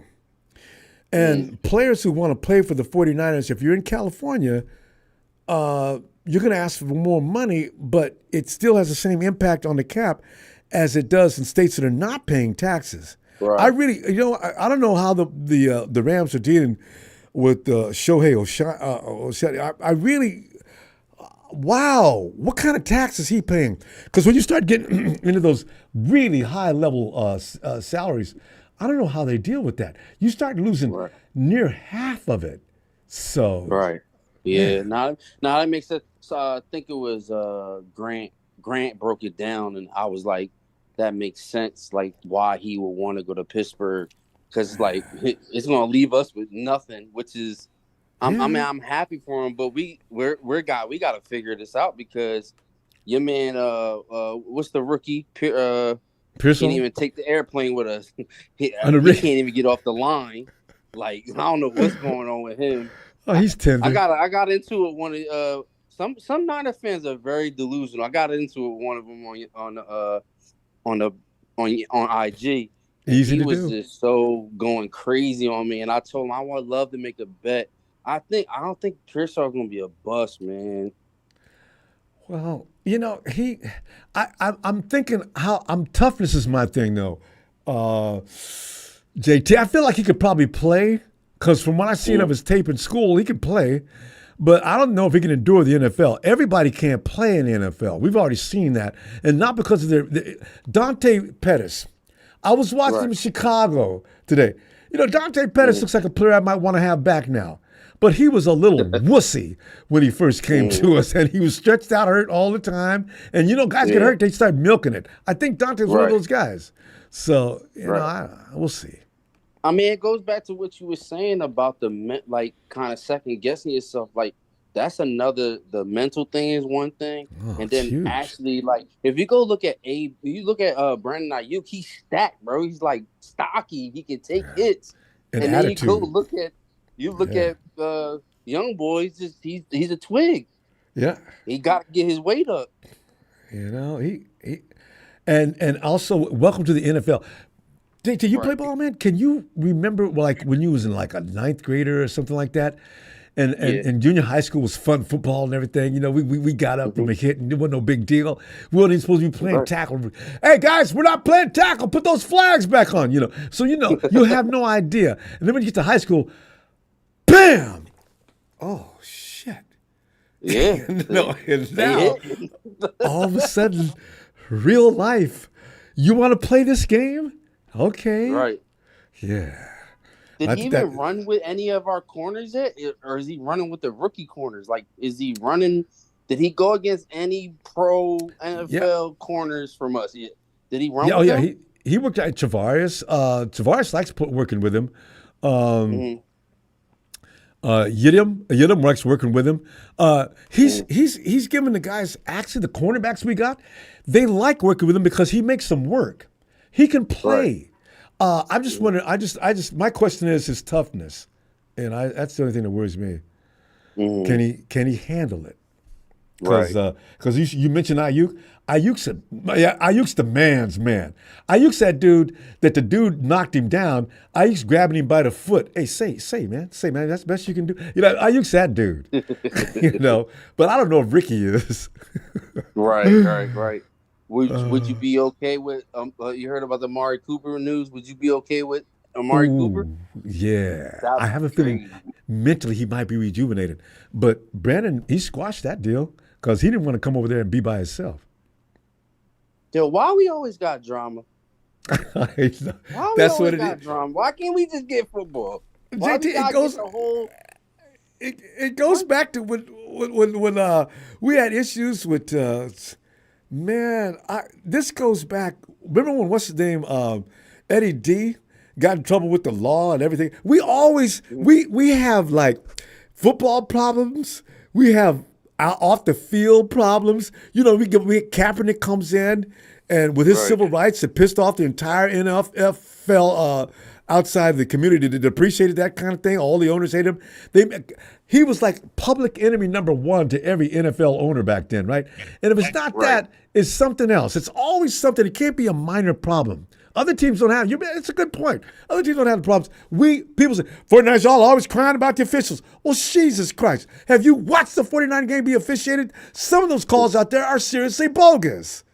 Yo. How have you felt? I felt like there was a lot of holding on the Chiefs' offensive line, yo. It's not. I don't know if I was tripping or. No. I agree. I try not to cry about those things too because I get tired of people calling us the crybaby 49ers. But you know what? No, I'm on events to my brother right now because I ain't talked to you in a while. But I ain't talked to you. It's been a minute. But JT. It's been a while. But I'm over here in Jersey. Yo, there's two things. Yo, I'm really curious to see what our defense is going to look like with these.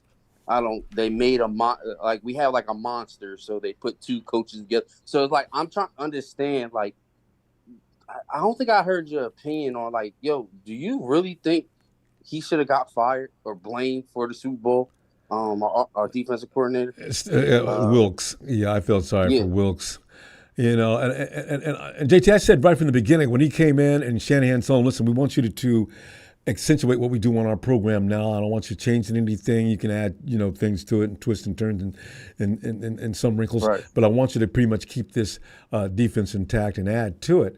We're not going to be able to take anybody you want to bring in to work with you or anything like that. We've already got a crew set up here. I mean, if I'm Wilkes, I don't take that job to begin with. I'm already handcuffed when I come in.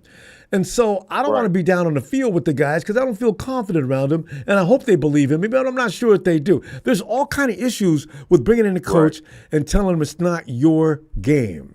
You're just in here to facilitate what we already do. That's not what a DC is supposed to do. I'm supposed to be able to come in, write script, and make sure that the defense plays together so I can take full responsibility for what takes place out there, not be the guy that just follows the plan.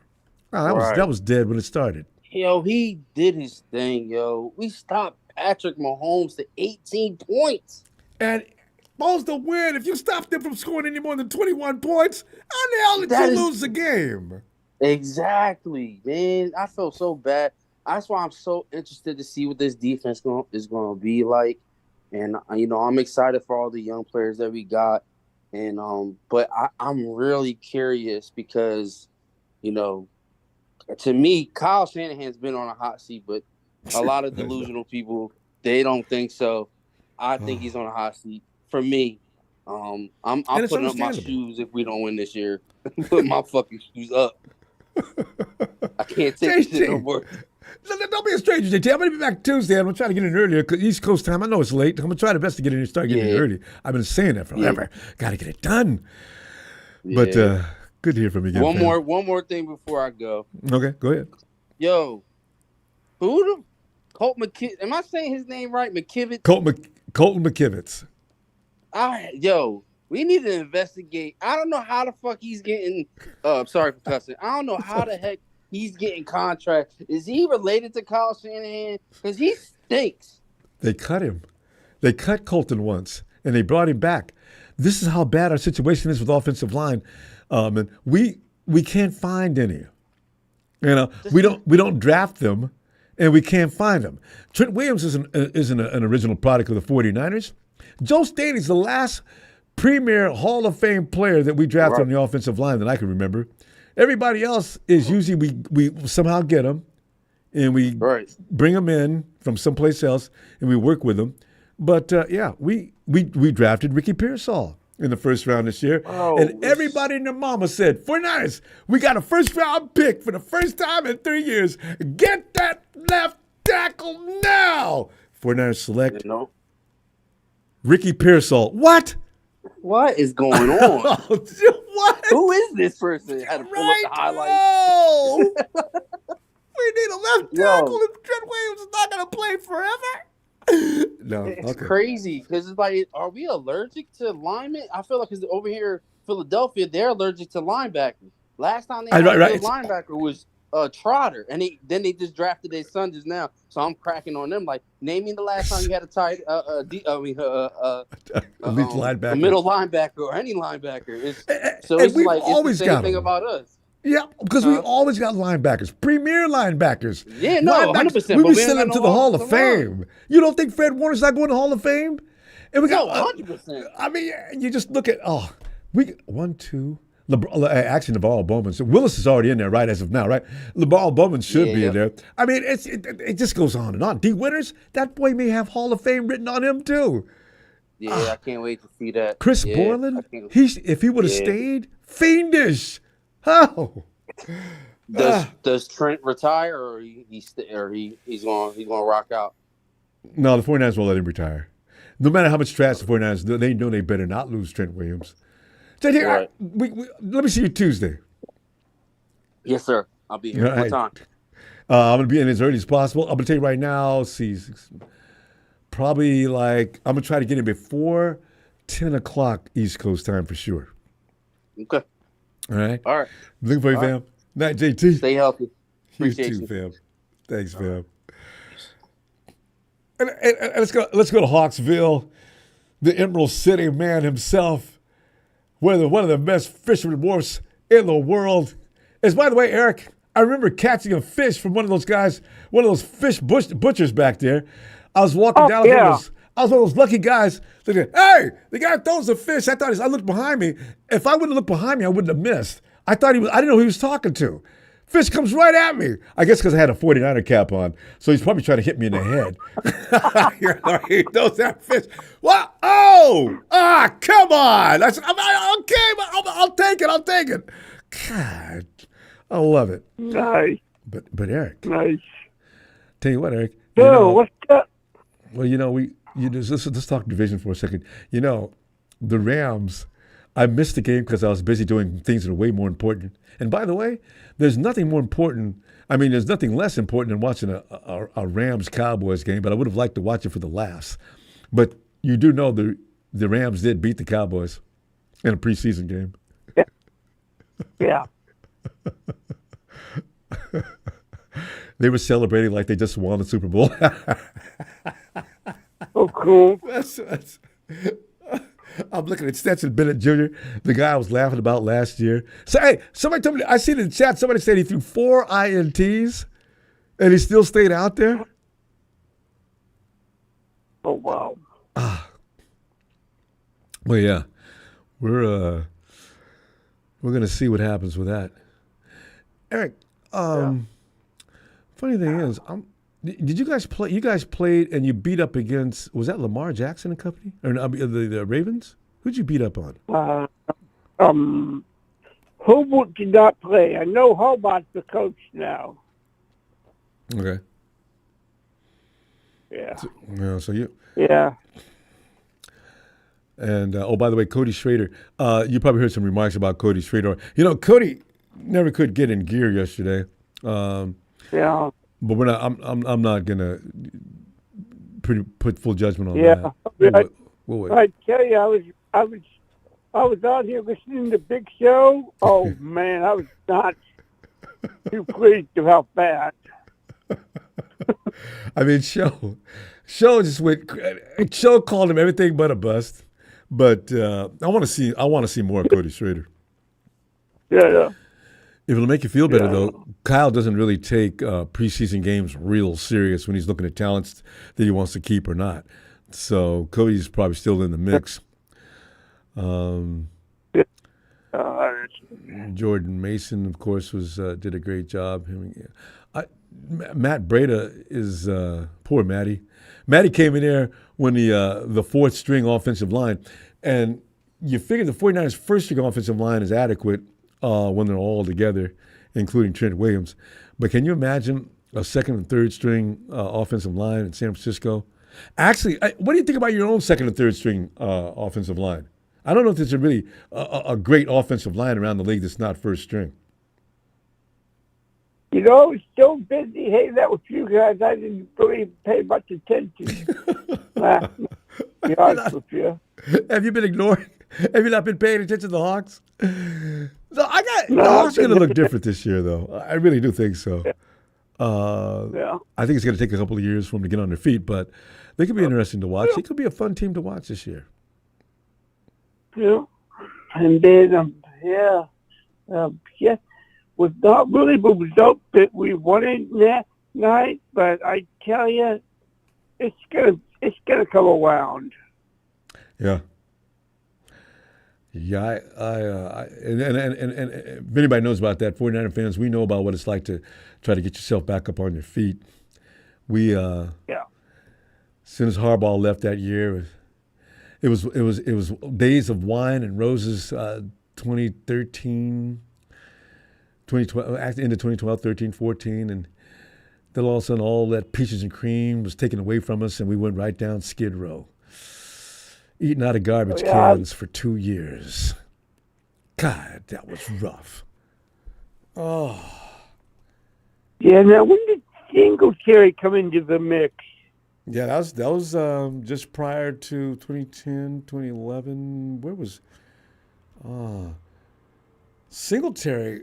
Actually, him and that GM that year, the guy that had a drinking issue, they built personnel-wise, they built a team. Whoa!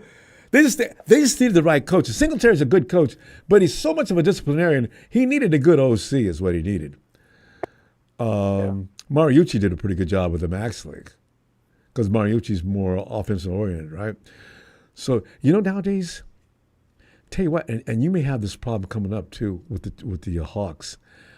You need a good offensive coordinator. Why? Because the game has evolved toward pretty much a passing game for the most part. All the rules are set up to handcuff the defense to a large degree. And, you get to do a lot of things on offense that weren't allowed years ago. And defense is just not allowed to do anything without getting flagged. I mean, don't you love that rule? 15 yards, unsportsmanlike conduct on number 25. For hitting a defenseless receiver. Eric, think about that for a minute.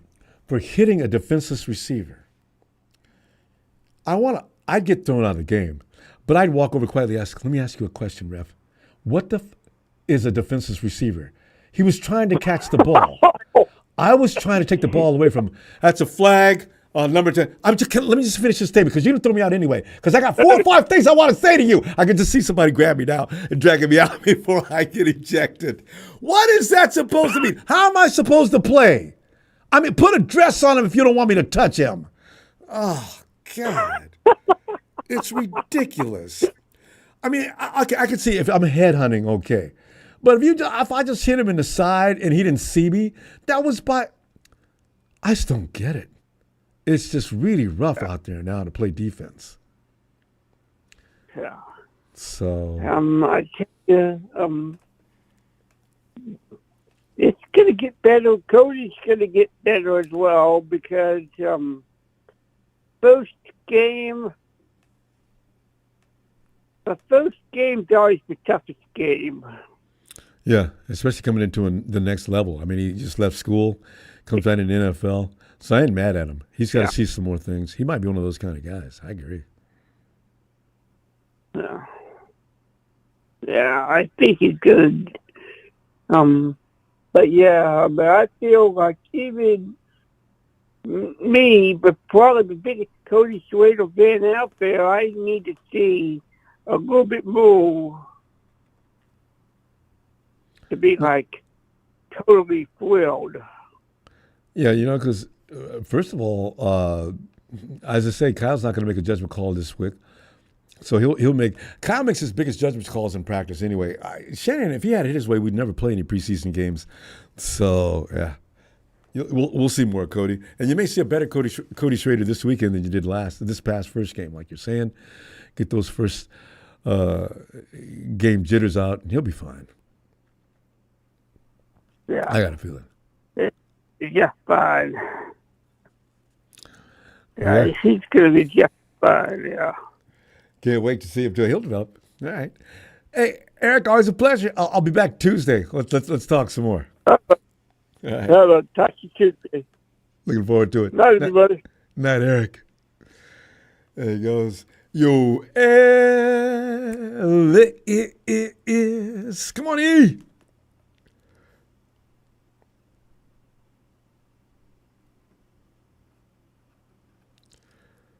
Ellis.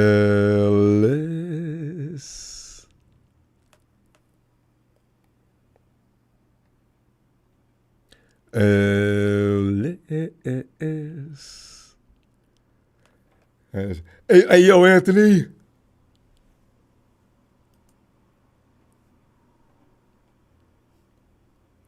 Ronbo. Hey, here you are. Anthony, come on in, man. My man. Shit. What's up, my man? Hey, I'm just sitting back here looking at the team after one game and assessing what we got, looking at the stock up, stock down. Because, that meter can change. Well, stock down this week. If Ambry hadn't broke his arm, what if Ambry comes back next week and he's unstoppable? So, Ronbo, I ain't even lie to you, man. Ambry look terrible, man. I know. I'm just kidding. I'm just using for an example of how a person's game can change if they make it change. Because here's an example, Anthony. What if next week we have this kickoff thing figured out a little more than we did this past week, which was really an embarrassment to every 49er fan on the planet.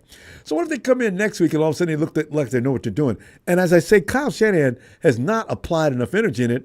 Why? Because Kyle doesn't even like it. I mean, he said something about it a few weeks ago. He don't care nothing for it. He doesn't. He said something bad about it when they first incorporated that silliness. Well, it's actually to protect the players. It look crazy.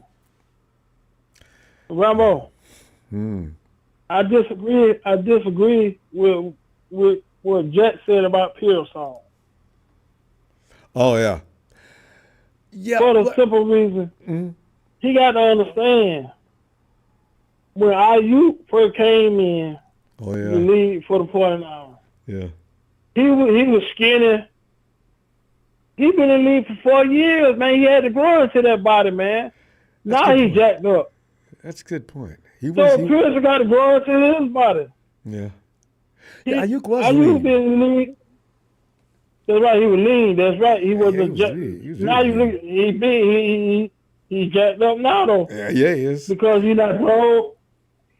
How many times we used to always say, we tried to Ayuk in the first round, give him the ball, give him the ball. You know why I didn't give him the ball? Because I knew he needed to grow into the NFL body.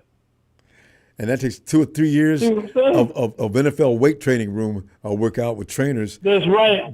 Don't let you slack off during training periods like That's a lot of right. guys tend to do. Nigga Pierce, I ain't gonna say he's soft. He got banged up because he went up and there did one of those one-handed catch and landed on his shoulder. that can happen to anybody, Rambo. I know, but you know what? Do you need to tell Ricky, you know what? Keep them catches kind of conservative, bro. All right? Yeah. I need for you to be playing in the week 15. I love the way you can do that. If in an emergency situation and we're like 30 seconds left on the clock and you need to make that catch, then you need to make that catch. But right now, I want you to stay safe. That's right. Now, comparing him to Dante Pettis, man, that's no comparison. Dante Pettis was a wimp, man. He was a wolf, man. He was scared to get hit, man. He was a wolf. I know. He looks better now, though. Man. As basically enough. Pettis is still playing with the Bears. They haven't gotten rid of him. Yeah. I saw him in a preseason game today. He looked pretty good. Hey, what you think about it? What's that about that hit? Mustafa put on my man, Rambo. It's gonna take me all year to get over that. That was pretty. Well, Perfectly timed. Well, he drilled hard. Perfectly timed. And Mustafa's not that tall. That's what made it look so crazy. Mustafa folded that dude up like a chair before he laid him down. Get no first down here. Lay down. Knocked him up off his feet, boy. I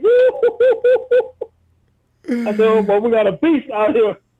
He's a definition of hard. But I mean, that dude, he can play.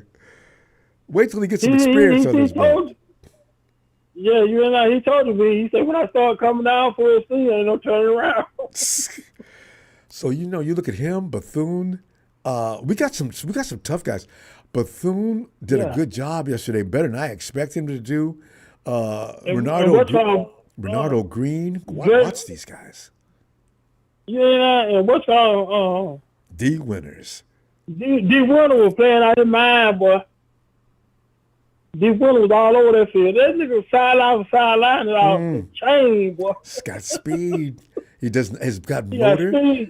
Does not get tired. Never looks tired out there. He reminds me of, remember Dre when Dre first came? Dre had, Fred's tongue was hanging out trying to keep up with Dre when he first came. Still is to some degree, man. I said, man, Dre works hard. Sideline to sideline, go get him, Dre. God. We're not a great man. He's sticking, but I like how he was on them, boy. I mean, I said, boy, we got something in this draft right here, boy. We got something on this draft here, boy. Big round of applause for our scouting team. They're doing good work. They're finding them. I'm telling you, I'm loving it. They found them. Yeah. So we're going to be okay. But everybody was talking about that. And then, what's called, man, did you see, Khalil Davis shot the gap and sacked that boy in the backfield? Khalil Davis always could play like this. Remember, he had to rehab for a while. But Khalil Davis, if we can just keep him healthy, because he has a tendency, he got hurt last year. Khalil Davis played 2 or 3 games, I'm not sure. And he wasn't bad then.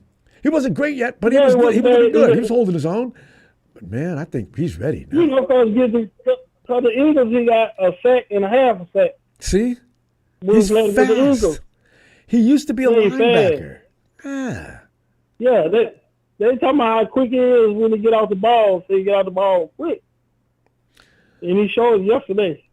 I saw that. He got the ball.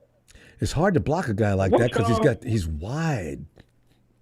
Yeah, they're talking about how wide he is and how strong he is up top. See, that center of gravity is going to be on his side. Now, if Khalil's got an attitude out there, if I could just put, let's see, who's got a real bad attitude? Oh, let's put Lamar. Oh, who's that guy we just lost last year? There was hollering at defensive tackle we just lost last year. If I could put the mentality of one of our crazy men in his head, because he seems kind of laid back. We'll see. Yeah, he is. I like D. Winner, man. D. Winner. Javon Kinlaw. I need Javon Kinlaw's mind inside of Kalia's head. Yeah.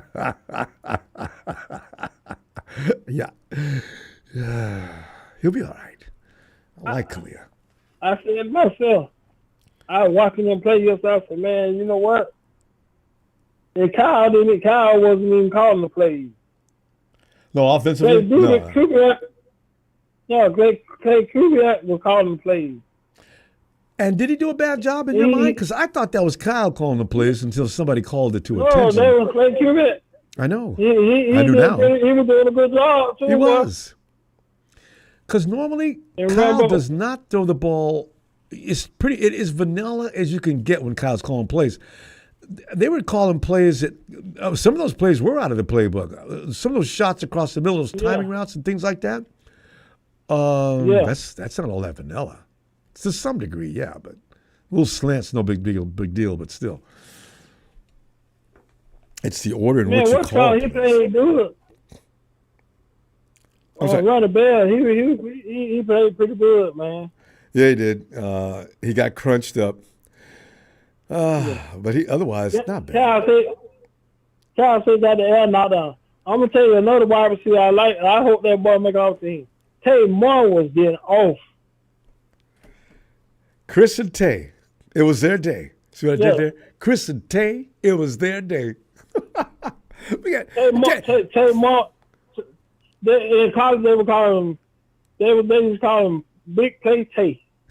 I like that. And he was getting off yesterday too, boy. And I tell you what, that was a touchdown. Had that defender not held him, and they just went ahead and called that because he had it, grabbed his arm and gripped it. That's not legal. Yeah. Oh, come on. I said to myself, what man? What do you got to do to get it's clear you throw him off every route. You slowed him out. You took him off his route when you do that. That's a PI all day.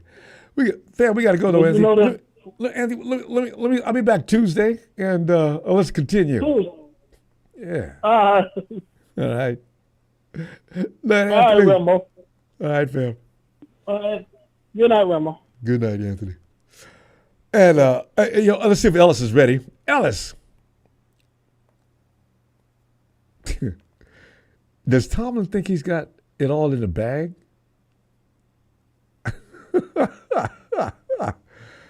Tomlin. Yo, Ellis. Listen, I really don't see. Nobody's going to. BA is. Nobody can really fully accommodate him. And you can't veto deals. He could have been gone had he allowed that Cleveland thing, I think. Hey, Jalen. Ronbo. Jalen. I'm sorry to inform you, but football season is now here. Yeah. And I'm not worried about the preseason. I'm not worried about the regular season because I know how this regular season is going to go. Ronbo, I promise you, I'm ready for the playoffs to start. I really am. I'm tired of going through this whole motion I'm kind of getting like a veteran player where they tired of going to the meetings. They just want to play. I'm tired of just play for we're a playoff team now anyway. I agree. Yeah, Ronbo, like this whole, the 49ers, how many games you got us win this year, man? We gonna win at least 13. You know that. Because Jalen, you got to win a certain amount of games to get into the playoffs. That's the only thing. What I don't want to see is us fighting at the last 2 or 3 weeks. All right, we need for this team to lose and this team to lose, and we got to win this game. And straight up heads up competition, we got to do this. I detest that. Well, so Ronbo said it, not me. He's afraid of the Rams, Cardinals, and Seahawks. Wait, who said that? You did, because you said we have to win a certain amount of games to make the playoffs. Last I checked, we got to beat one. I see what you mean. Our division. I need to watch the Rams. I'm not concerned about the Hawks. Look, hey Jalen, look out for the Cardinals. That little small man in Arizona. I really have a bad feeling about him, but I got a feeling it's between the Rams and the 49ers for the division. The Rams? What about the Rams? Yeah, they're going to, they'll find McVay. Okay. Listen, don't tell anybody I said this, but McVay is the kind of coach, he will at least make them competitive. Okay, that's fine. Look at the conference. That ain't saying much. I know, but I don't know who there's on their schedule. They play pretty much the same people we do. If they were in the AFC, they'd probably be not that good. Nah, a lot of teams in the NFC would. Real competitive when you got three teams are the Falcons, Panthers, and Giants. You could be very competitive when three of the teams are those. So no, but they're in the NFC though. Who I'm talking about? Yeah, but. Exactly. The NFC is dog shit, Ronbo. Yeah, compared to the AFC. You still got just enough competition to hurt you. Because Jalen, when you look at Detroit and you look at Green Bay coming up and starting to mature, you figure that's going to be an obstacle too. I don't see the Falcons being real bad this year for sure. Now, the Saints is another question. Tampa Bay surprises me every year. I don't know what to expect from them. The Vikings, you see a preseason game of the Vikings? I believe they're serious. Like, we'll see. Nobody's talking about these teams being Super Bowl favorites. Yeah, yeah, that's true too. You can try to hype these teams up all you want, Ronbo. You know they're not that good. I'm just trying to respect them just a little bit. Yeah, but come on now. You know that none of these teams are beating the Ravens or the Chiefs. Come on. I know, right?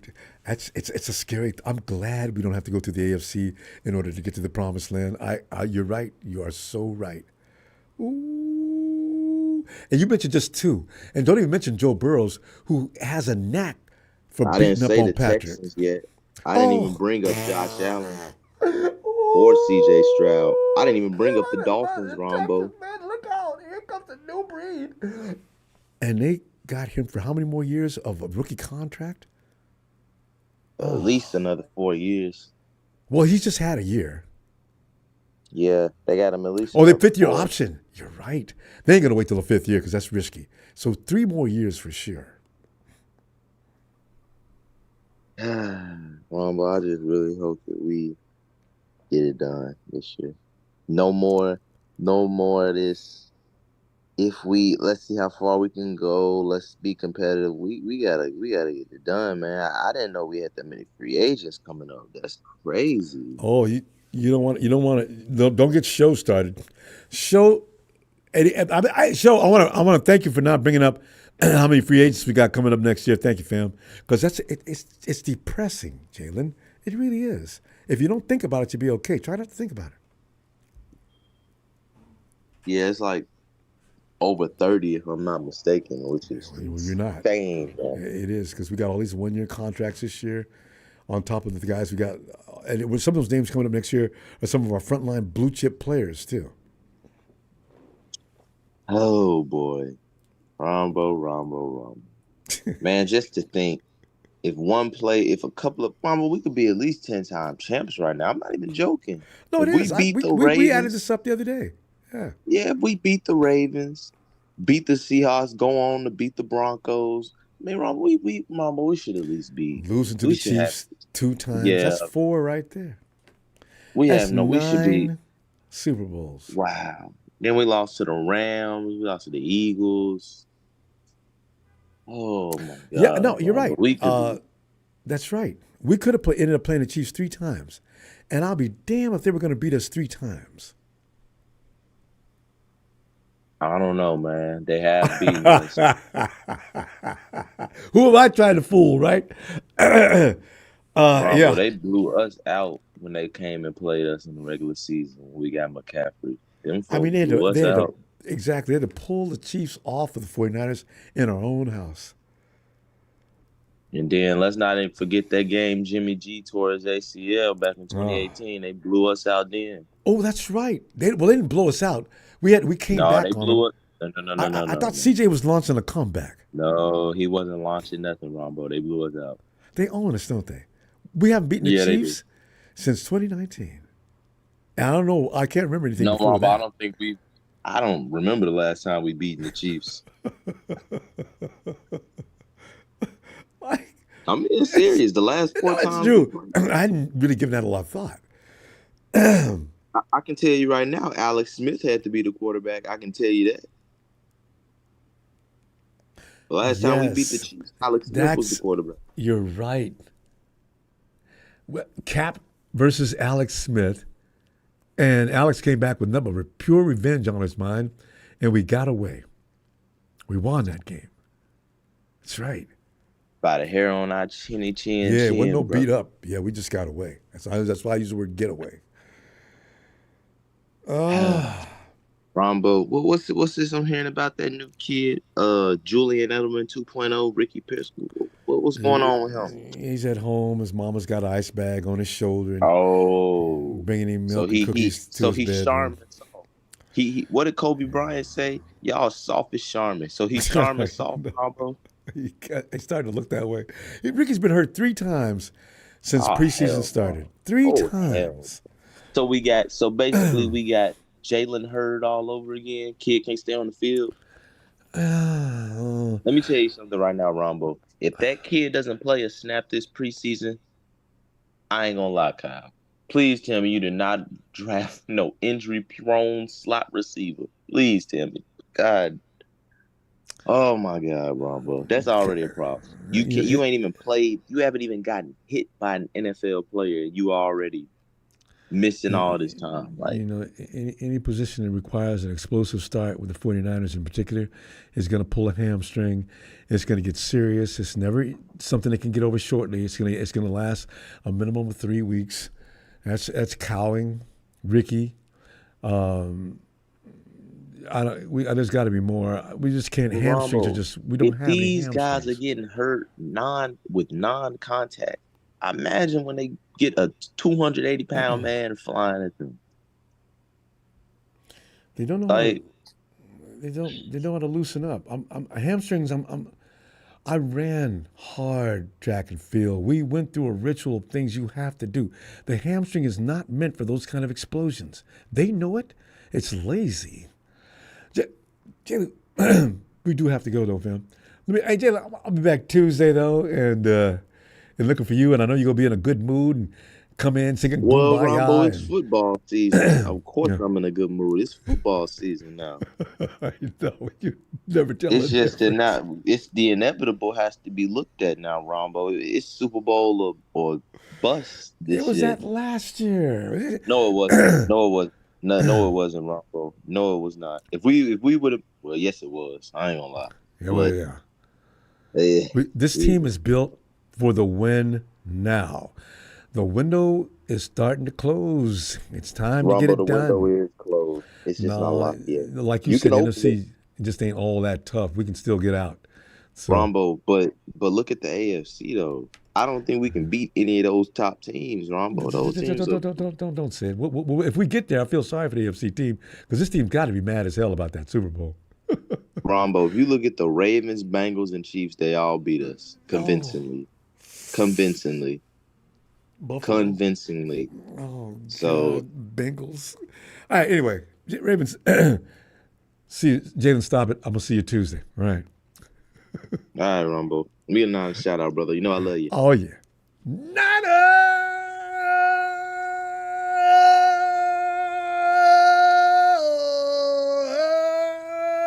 Jalen. We're gonna make Jalen laugh this year. Jalen gonna be laughing like crazy. It's something you never heard before. Like the Joker. And after that Super Bowl win, you'll have to be contained. Like Jalen, hang in there. You'll be all right. Hey, yo, Ellis. Yo, E.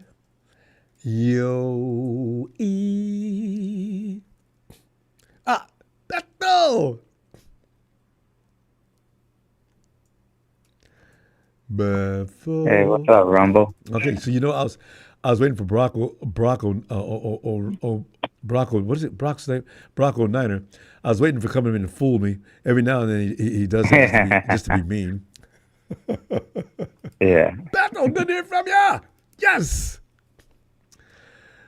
Well, Bethel, we were talking about stock up, stock down on players. Bethel, have you seen anything that is starting to bother you? Some things that are really making you feel good? What do you got going on here from yesterday's game? Me, I just, want to see some people break out. Like, I seen, if you see number 43, he really stand out. And I seen that. Is D? The D is pick, 50 something. No, Mustafa. Mustafa's 4-3. I got to keep that in mind. Yes. Boy. And if people don't realize is that draft pick we actually got from Dallas Cowboys for Trey Lance. Oh. I always love when people track our picks back to their origin. I didn't know that. Yeah. The Cowboys could have used a guy like Mustafa. Yeah. Yeah, so so that's a good draft pick, that we actually got off of Lance. And I go, the only thing that was good about Trey Lance was his running in that game with the Rams. Wait a minute. So wait a minute. You know what? I feel bad about having missed that game. I'm going to go back and get that game. I was doing some other things. I said, you know what? I need to go watch that game, but I got to get this done because I can't have this stuff piling up on me so it starts ruining my nights on to hang out with you and the 49er fam. So I let that game go. But Trey looked good out there today running, but what else?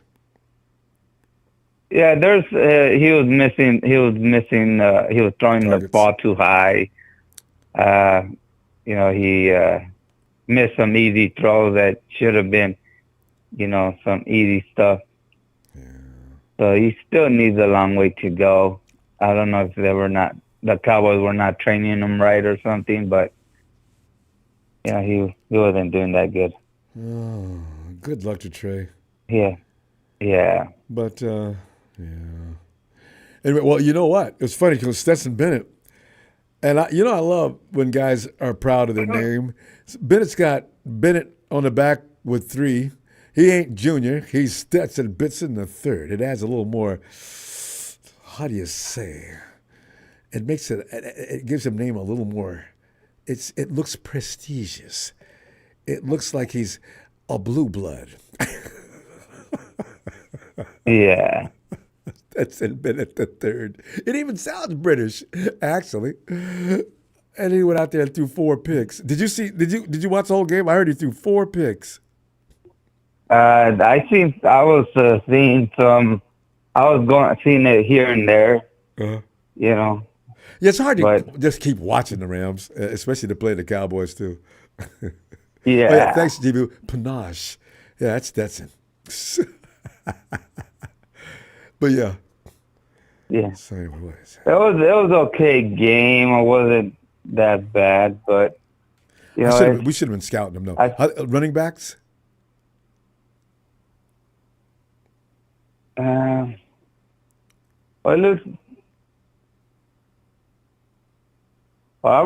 running backs were doing doing pretty good in the 24. The Rams running backs, but yeah. No, you get back on the 49ers. Yeah, I was just wondering. I'm picking your brain for what happened out there, but that's fine. Let's go back to the 49ers. There's way better things to talk about with the 49ers anyway. Yeah, because there was not that entertainment of a game. Because if we would have had 4 picks, we probably would have scored a bunch of points, but they didn't even. They barely could score 13 points. Yep. Yeah. So it's but also I guess a lot of teams didn't want to try out the rookies. A lot of teams I seen that they had their starters in the game. Well, even our game. I mean, Tennessee had a lot of their starters out there yesterday. And that guy still hung with them. So it didn't. Yeah, they did actually. You know, the one that actually kind of pressed me on our offense was number 77. He actually did some pretty good blocking. Is 77 in the game? What 70, is that Gutierrez? I think he's our he's from Mexico, I think. That's Alfredo. Yeah. I was saying the same thing during the game. I said, who is that? That's Alfredo. Hey. Because did you see how big those guys were on the defensive line for the Titans? Shit, Alfredo was hanging right with him, man, because they were folding up and killing some of our guys. Not Alfredo, man. He stood right his ground. I said, all right. That's Gutierrez. Yeah. Yes. He actually, it's surprising because that guy used to be a DB, and they converted him to an offense lineman because how big he was. And his ability to protect, exactly, which is a good move. Yeah. Yes. So, it's you never know when you get versatile people, you use them for something else. Sometimes it works out. Well, some coaches got better observations on what a kid's capable of and what he's not, right? So, yeah. And Alfredo, just like a lot of players come in and they want to play, it's more sexy to play defensive line than offensive line anyway. A lot of players think like they want to get those glory plays, right? Come in and get that sack and things like that. So, but offensive linemen, they don't get a lot of love. In fact, when you think about it, Bethel, offensive linemen get a lot of crap for not protecting. Yes. And so, no kid wants that. And right now, Bethel, if kid's big, let's say he's 12, 13 years old, if he's got the bone structure, he's a little bigger than everybody in his class, something like that, keep eating your vegetables, kid. Get the protein you need. Start lifting as soon as the coach says it's all right. Get big and strong and come in and make a fortune in NFL playing left tackle. Trent Williams gets $34 million annually. Who cares about the sexy pick? You're going to get the glory and appreciation of your teammates because you're the reason why they can do what they do. It's a misunderstanding. And then I seen Dobbs. He did some really good stuff. A lot of people don't realize that he actually played for the Titans, and he actually could have won a playoff games with the Titans if the right receivers would have caught the ball, not, I guess not, they didn't catch it. That's the reason actually why they didn't win a playoff game, because he actually threw some good balls to the right receivers. They just didn't catch it. That happens to so many quarterbacks are victims of that. But the quarterback gets the blame for the whole thing, always. Receivers can mess up, run the wrong route, can't beat coverage, can't get out of coverage. Especially in NFL now with timing routes being the thing. I got to get the ball where it is. I can't wait for him to, I can't hope he gets there. I got to get that ball out quick before that defensive line gets here. So I let that ball fly. Boom, I got an INT. I'm not giving Matt Stafford and Dak Prescott jack for excuse because they mess up. But a lot of quarterbacks fall victim to that. So, yeah. Yeah, so he did actually pretty good. He's he didn't do bad stuff. And plus, if the right receivers would have caught some of these balls, some of these quarterbacks that they would have actually got more yards and got better stats. Just that the right receiver didn't catch it. Hey, that's why if you got Jefferson over in Minnesota as your wide receiver, you don't even have to be a good quarterback. You know what? I mean, this guy's gonna. I could just throw things in his area. He's gonna get it. And Ayuk is a lot like that too, which is why we need him with them long tentacle-like arms and that athleticism. I mean, we got to get him. Bethel, real quick, because we're out of time. Yeah, and a lot of these players should realize also if you get these big contracts and you get this money, if you actually donate to schools or you donate your charities, stuff like that, you actually could write that off your taxes, off of your money, taxes. Yep. And you could keep a lot more of your money if you do that. and add it up You and, know? and balance your Yeah. donation or charity, whatever charity you're supporting. Yeah. The charity will endorse it as well and make it official. And you will get. You're right. There's ways that you can Yeah. provide shelters so they're Yeah. not butchering you, as long as the money doesn't equal more that you're going out. That's how Armstead kept a lot of his money because he was donating to His own charity Sacramento fund. school and all that. Yeah. And that's why that's helped him out in the long run. You got it. So, You got it. You got to talk to financial advisors. And Yeah. they'll tell you the same thing. Bethel, you a financial advisor? That's a good idea that I bet a lot of players are thinking about. I'm not a financial advisor, but it's just that when you want to help, people out, at the same time, you help yourself out when you do your taxes. Yeah, you got it. 'Cause I have lived here in California for a long time, so as helps bad out. as it sounds, you got to go ahead and stocks and bonds and things like that. You've got to put that money Yeah. in there and let it grow in another direction. You got this growing over here while this is being torn down here. It maybe hopefully balances out at some point. It takes a long conversation with an advisor how to handle that stuff without getting killed. Yeah. But yeah.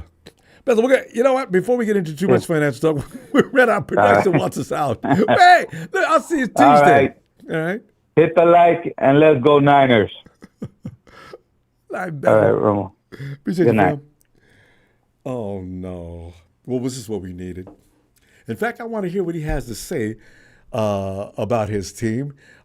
We bring to the stage, he is otherwise known as the Joker's best friend. He is the marketing pro.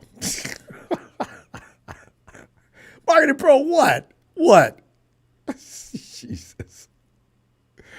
Hey, what it do, player? Marketing pro. You know, what it do is Tyler Dotson, number 90. I had my eye on him. Yeah. Today, if you watched, did you watch Dallas and Rams, the main event? I know. I'm going to go back and check that out Week later one? because I did want to see it. I didn't get around to it.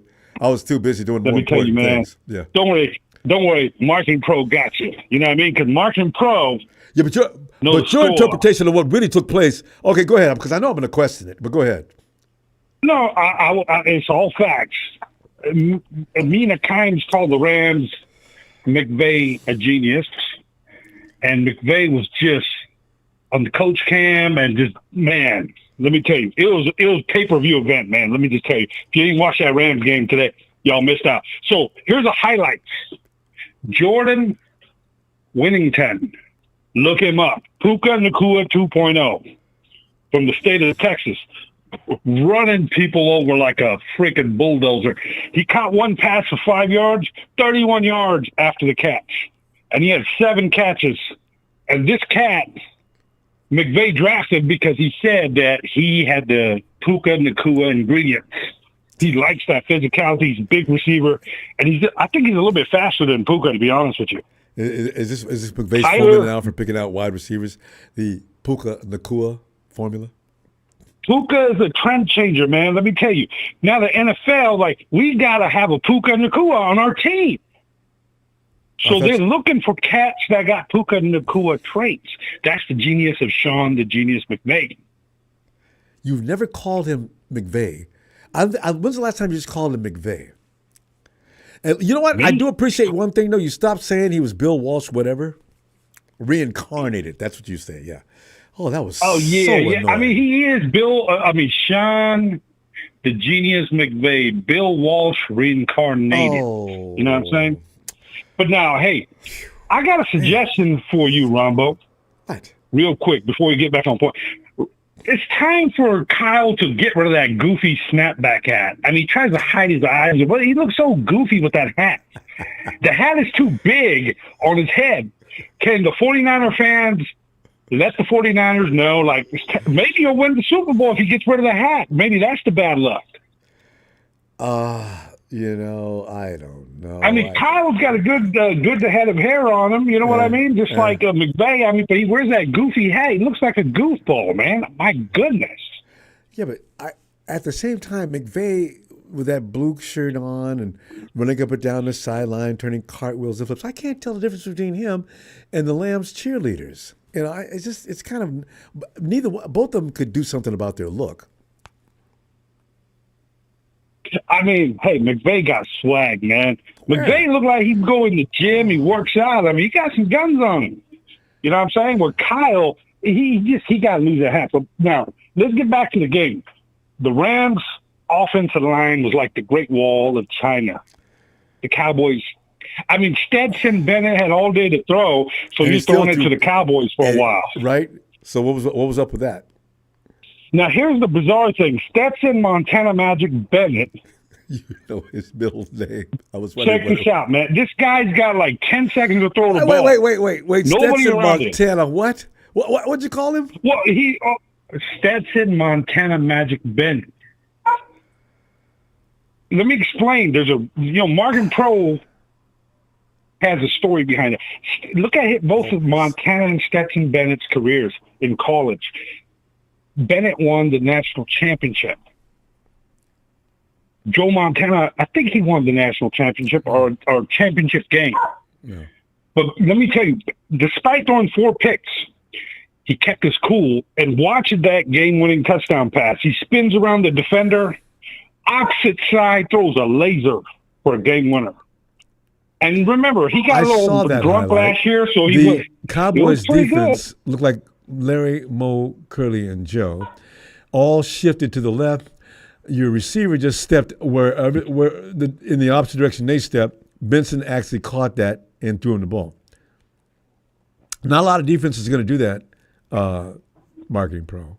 That was pretty stupid on their part. And I'll bet the coach gave them hell about that as soon as he got to the sideline. I know, man. Let me tell you. McVay's not like Kyle, though.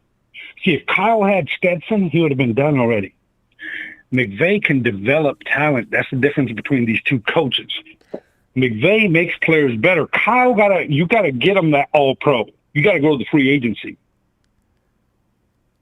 Kyle can't develop talent.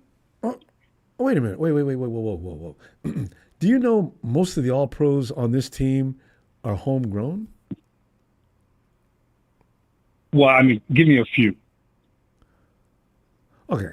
I got Bosa. I got my tight end, George.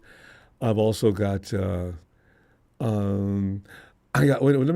2 guys. Okay, Juice came to us. Yeah, I mean, even a blind squirrel will find a nut once in a while. Wait a minute. Dre Greenlaw. Did I say Fred Warner already?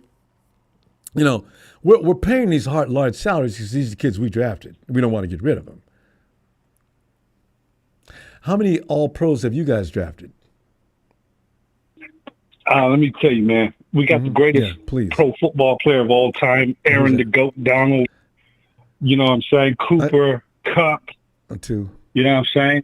Puka Nacua. Under McVay, Puka Nacua. I mean, and that cat wasn't even a top.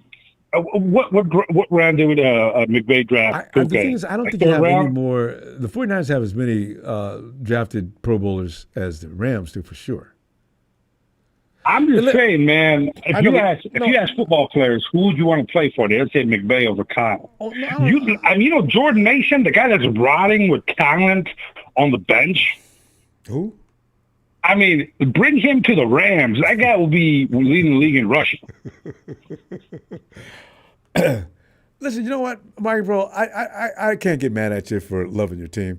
But you need, before you come in here talking about things that you do, you need to read up on it first. We've got a lot of development. Our development program is not bad number at all. 90. Ronbo. I got guys in the secondary. Player. I got running backs. I mean, come on. I'm good. Rams secondary looked better than the 49ers. I mean, they were locked down today, and they were laying people out. And let me tell you, the offensive line, Stetson had all day to throw. I mean, we got that Chiefs formula. You know, when those 3 guys come back by week 2. You just paid a fortune for 2 offensive linemen. One of them got hurt. Some of the other guys, Note Boom, and some of those other guys that you call homegrown, I don't see that they're any better than anything I've got over here.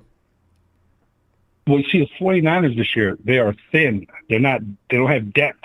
Y'all can't afford injuries. Okay, so you better sign Ayuk. Ayuk's got. Y'all got to pay him. But Tyler Dotson, look him up. Tyler Dotson, number 90 on the Rams. We got to go. Do you know what? Yeah. Okay. And Jordan winning test. Rams Nation, shout out to Ronbo Sports. You knuckleheads like and subscribe. You know what I'm saying? Shout out to Papa Dragon. Shout out to the nation. Yeah. Shout out to Ronbo. Thank you, Marketing Pro. Have a good night. You know, he normally comes in with his comedy material all prepared. But everybody, tell this guy to get off the sauce. Marketing Pro, I know that you, what was that drink that you, it wasn't Jack Daniels. What was that you like? There was something smooth he likes to drink. What? There's a trivia question worth, well, I mean, if you want to play that game. What is Marketing Pro's favorite spirit? All right. Let's go. Hey, yo, Ellis. He's said it on a number of occasions. Is that Hennessy? Is he a Hennessy guy? Yeah.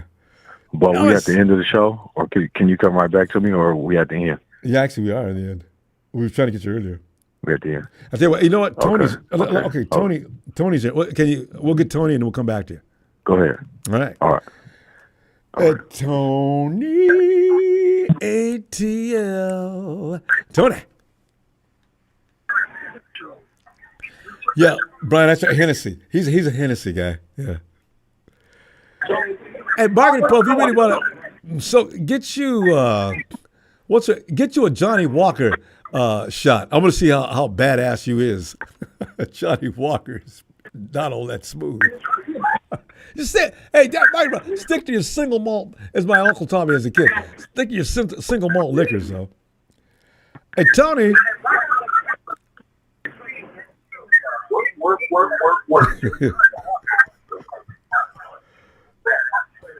Tony, you got Tony? Sounds like he's trying to get in, but having some kind of tech difficulty. And let's tell. We got to go back to Ellis and tell him we got to do it now. Maybe Tony can get that figured out. Tony. Yeah, I think Tony. All right, yo, Ellis. Looks like Tony's having some problem. Can you come on and join us now? They calling me on. Can I call you right back? 5 minutes? Yo. Tony, Ellis, as nice as you were talking, that was a real important call. We hate to drag you away from that. Is it okay? Because it's kind of late. We good. Right. Let's rock. All right, let's get. We're talking about stock up, stock down, what things we appreciate, what things we wish would get fixed. What are you thinking? As per yesterday's game. Yeah. You know, I didn't get a chance to really see the game, but I was following it. You know, on YouTube while I was at where I was at. I was at this, Aquatic Center little function, but obviously, Dominic Puni is going to be a starting and pivotal rotational piece on the offensive line for us. Not even an argument. So that's great. There's a couple of other guys. The offensive lineman, I forgot. I don't know what his first name is, but his last name was Hubbard. I believe he was. That's the guy that Brunskill sent over from Tennessee. Yeah, it's Hubbard. It is. Yeah, he looked like he was doing pretty good over there. Yeah. And was holding his own. And then Malik Mustafa is a beast. Yeah, you see the highlight. You know what I'm saying? Oh yeah. Well, that was a badass. Oh, yeah. I love it. Made a tackle with somebody right in front of him. So he basically tackled two people at one time. And he ran on past that guy on the offensive line. I mean, exploded past him. Yes.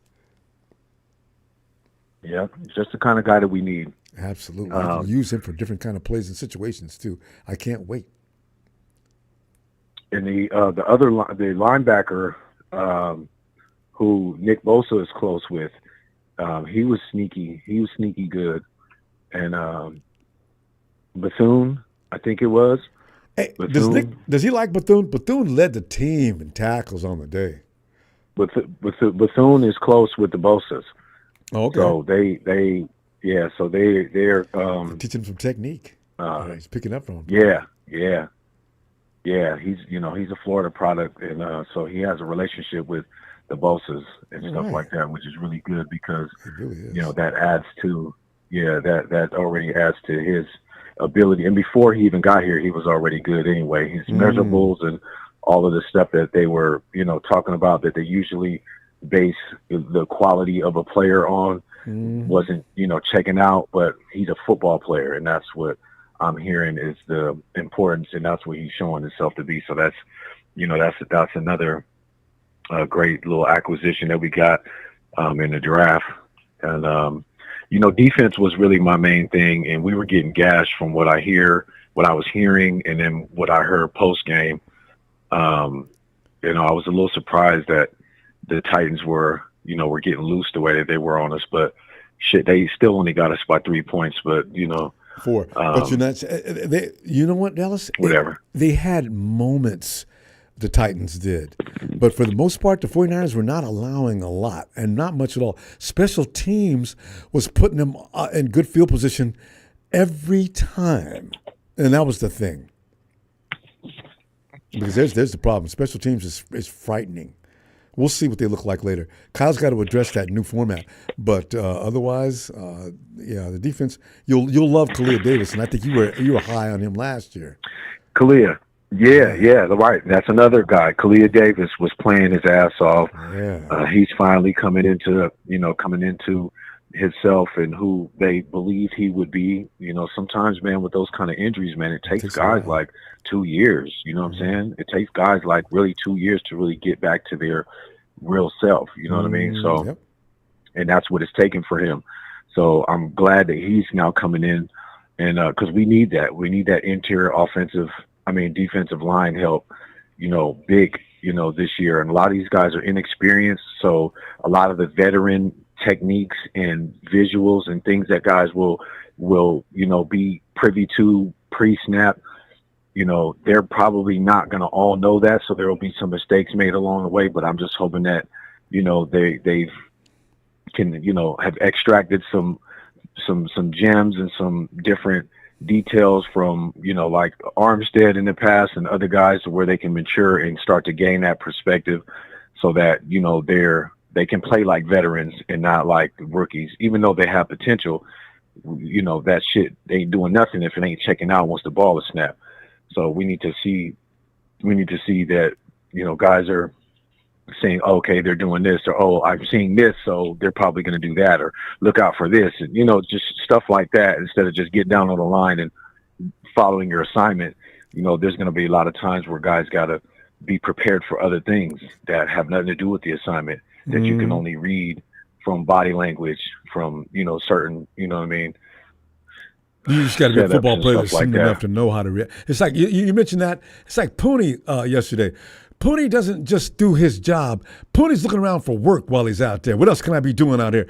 Puni looked up after he did what his did and pushed Jason across the line of scrimmage for the TD. I said, what? I didn't even notice wow. Now, see, that's what I'm talking about. There's a guy that knows what's going on around him and everything that's going on around him and how he can apply himself to make things better. We got ourselves a right guard. Damn. Yep. It's a beautiful thing. So I'm just thankful that we got these pieces in play. I don't really care about this preseason shit. We done went 1-3 in the preseason the past couple of years. We went 2 for 2. Now it's down to 3 games. Like, I don't give a shit about none of this. When the season starts, that's when it matters. Yeah. When we play the Jets, that's when I'm going to really start to care. But we still want to try to eat and get as much as we can right now. Josh Dobbs and Brandon Allen. Brandon Allen didn't look too bad. I didn't think so. Honestly, he looked pretty comfortable. Exactly. I like what he was doing when he turned his back to the defense. He was moving and hitching, going away from the defense, going into the pocket and in between the pressures and stuff like that. And he was delivering the ball pretty good. He didn't do bad. You know what I mean? I think we got to get better off our wide receivers. I like what I saw with Frank Darby. Frank Darby is a sleeper. Darby can run around. Big dude. Yeah. He's swole and he's fast. I like that. We need a wide receiver like that. We don't have nobody that's really built at the wide receiver position. He gives me like that T.O. kind of vibe a little bit. and he's aggressive. You know what I mean? He's running through tackles, and I like him. He's all of that. And you know what? Did you see Tay Martin? Tay Martin. I had no idea. Big play Tay. Tay. Yeah, that's big play Tay. Good yesterday. And also, Chris Conley always looks good. Ronnie Bell, if I had to say, because you look for Ronnie Bell to come in and just hold everything down, right? Ronnie was number 3 on the day as far as I was concerned to Tay and Chris. Ronnie, you got to get your shit together, champ. He'll be all right. Because that day, Because, 6 wide receivers, if Kyle only goes 6, even if he goes 7, there's 2, maybe even 3 of these guys that aren't going to make this team. No, we're going to lose a couple good ball players. That's all. I mean, there's just no way around it. And I just don't know who. Yeah, I don't think Frank Darby's going to make the team. Just because he's just on the pecking order. He's too low. Yeah, especially especially if he's not. But especially if Brandon Ayuk's on the team, if he stays. But even if he doesn't, I think Ronnie Bell will still surpass him on the pecking order. I know, just because. But he's got to get his shit together, though. Yeah. He's got to get his shit together. Ronnie's got to get it together. Conley's looking good. He's going to make the team. Anyway, special teams. And Tay's going to still be on the practice squad. Yeah. They're trying to hide Tanner Mordecai. I think Kyle doesn't want Tanner Mordecai to play. No, right? Because I think that he's sneaky good. He's sneaky good. Larry Kruger talks about him a lot, but I watched some of Tanner's other analysts tape. outside the organization too. I said, I can we see him, please? And like you're saying, Kyle says, no, I don't think so. Let's just leave him right where he is. He'll be fine. Don't do it, Kyle, because he'll be gone. He'll be gone. He's going to get into a rhythm, and he's going to start lighting shit up. And as soon as you put him on the practice squad, he is gone. Yeah, he is gone sure. He was already drafted by the new league. Sneaky. I don't know. What's it? Do you know the name of that new league? Is it something FL? What is that? XFL. Anyway, is it X? They drafted him. They tried to pull him. Or no, probably not the XFL. You're talking There's about some the league CFL? that just drafted players just 3 or 4 weeks ago, I think. And they drafted, I saw Tanner Mordecai. Isn't Mordecai playing for us? How did they draft him? Apparently they can draft whomever they want. Doesn't mean they're going to report. But they can pick players they want and give that player that option if he wants to get out of his contract with the 49ers or whatever team you're with, I guess. So I said, really? I just got to look up Mordecai. And like you're saying, a lot of analysts say good things about Mordecai. Uh-oh. Fam, I'm going to let get back to whichever you were doing. I didn't realize it was this far over time. Ellis, you and I, it's always easy. Papa Dragon, you and I, it's always easy to go way over time and not even notice. I've been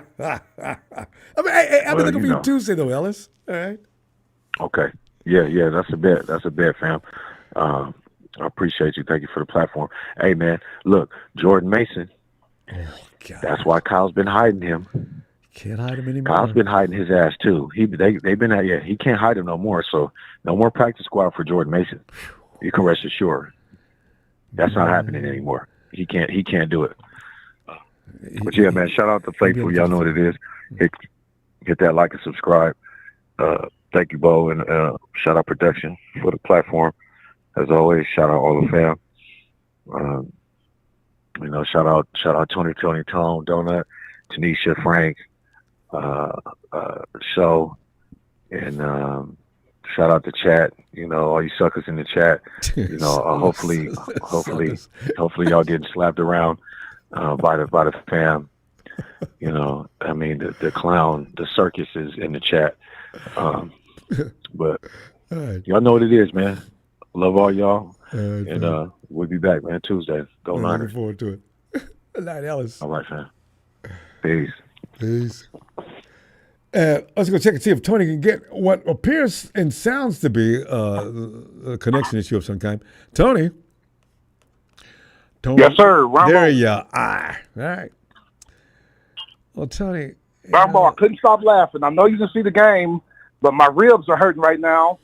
What a pitiful performance by Stetson Bennett. He outdid himself from last year. Now, that's saying something, because Stetson was having a hell of a time last year when Rudy came in and declared him the steal of the draft of 2023. And I didn't know what he was talking about. Then I found out he a week had all later. those picks, and the referee still cheated. He threw 4 picks. He really threw 5. That last drive, he threw his 5th pick, which would have ended the game with a few seconds left. The referee called pass interference. You know Helping what? him. How is it that that they kept him out there for 4 picks? They wanted to get a look at him. It's just like Dallas played. They played. I forgot the Russ for one series, and then Trey Lance played the rest of the game. They just wanted to get a look at him. It's his first game of preseason. Okay, but you know what? I guess that's also, I guess, they give me ammunition upon, like, Hard Knocks, when they call people in to let them know that it's not going to work out. At the end of the season, or when the end of the few weeks from now, I say, listen, what we're thinking of doing is we've got a club up in Canada, a connection with a club up in Canada. We want to go up there and get a couple of years seasoning, and we'll revisit this whole situation and see if we can get you in a Rams uniform. What are you saying, Coach? I'm saying I don't think it's going to work out just right now. But we're doing what we're going to continue to help you as much as we can. It's 4 picks. The worst rookies in the world are out there throwing 4 picks. This is a situation where you got to God. And let's not forget about the 3 he threw last year in the Charger game. One of them was for a pick 6. Rudy. Stetson Bennett. What a joke. What a joke. But you watch college football. What did Stetson look like at Georgia? Did he have anything to do with that championship? System quarterback. He's a system guy. It was a system. It wasn't him. Well. And they ran the ball a lot more, too. Yeah, okay. See, because Mark and Pro tried to tell me that Sean McVay is one of the biggest geniuses in football. Unfortunately, Amina Kimes said something like that, apparently, that he caught. But Sean McVay came into that situation, and you probably remember, just like everybody else around the NFL, he came into a situation, a prefab, beautiful building already set up. All he had to do was bring his clothes and lay down. All the furniture and everything is there because he had a room full of good players to begin with. And for him to come in there and take that team to the playoffs, a lot like Harbaugh when he came to San Francisco, our 49 team was already built as well. So don't tell me Sean McVay is some kind of brilliant genius that knows how to put together a team and make it work. Let me ask you this, Ronbo. If McVay's such of a genius, after they, I can't say it, after they got lucked up and won the Super Bowl, because they should have lost the championship game, they should have lost the Super Bowl. Yeah. Since he had a Rand Mixon more. After they lucked up and won that, why did all the stars want out if McVay's so good? I mean, loud public screaming. Yes, public screaming, yeah. So McVay and all that. Right? McVay and all that. Yeah, so you win a championship, you fight with your coach. And how he and how well does he do as far as getting players in and having them go through his program and come out a better product? Because last I checked, number 1 draft pick Jared Goff came over there before he did and left before he did as well. So getting on me talking about how they've got a program that develops players, I don't know. Tony, I mean, what do you think about that? Akers wanted out. Von Miller wanted out. Jalen Ramsey wanted out.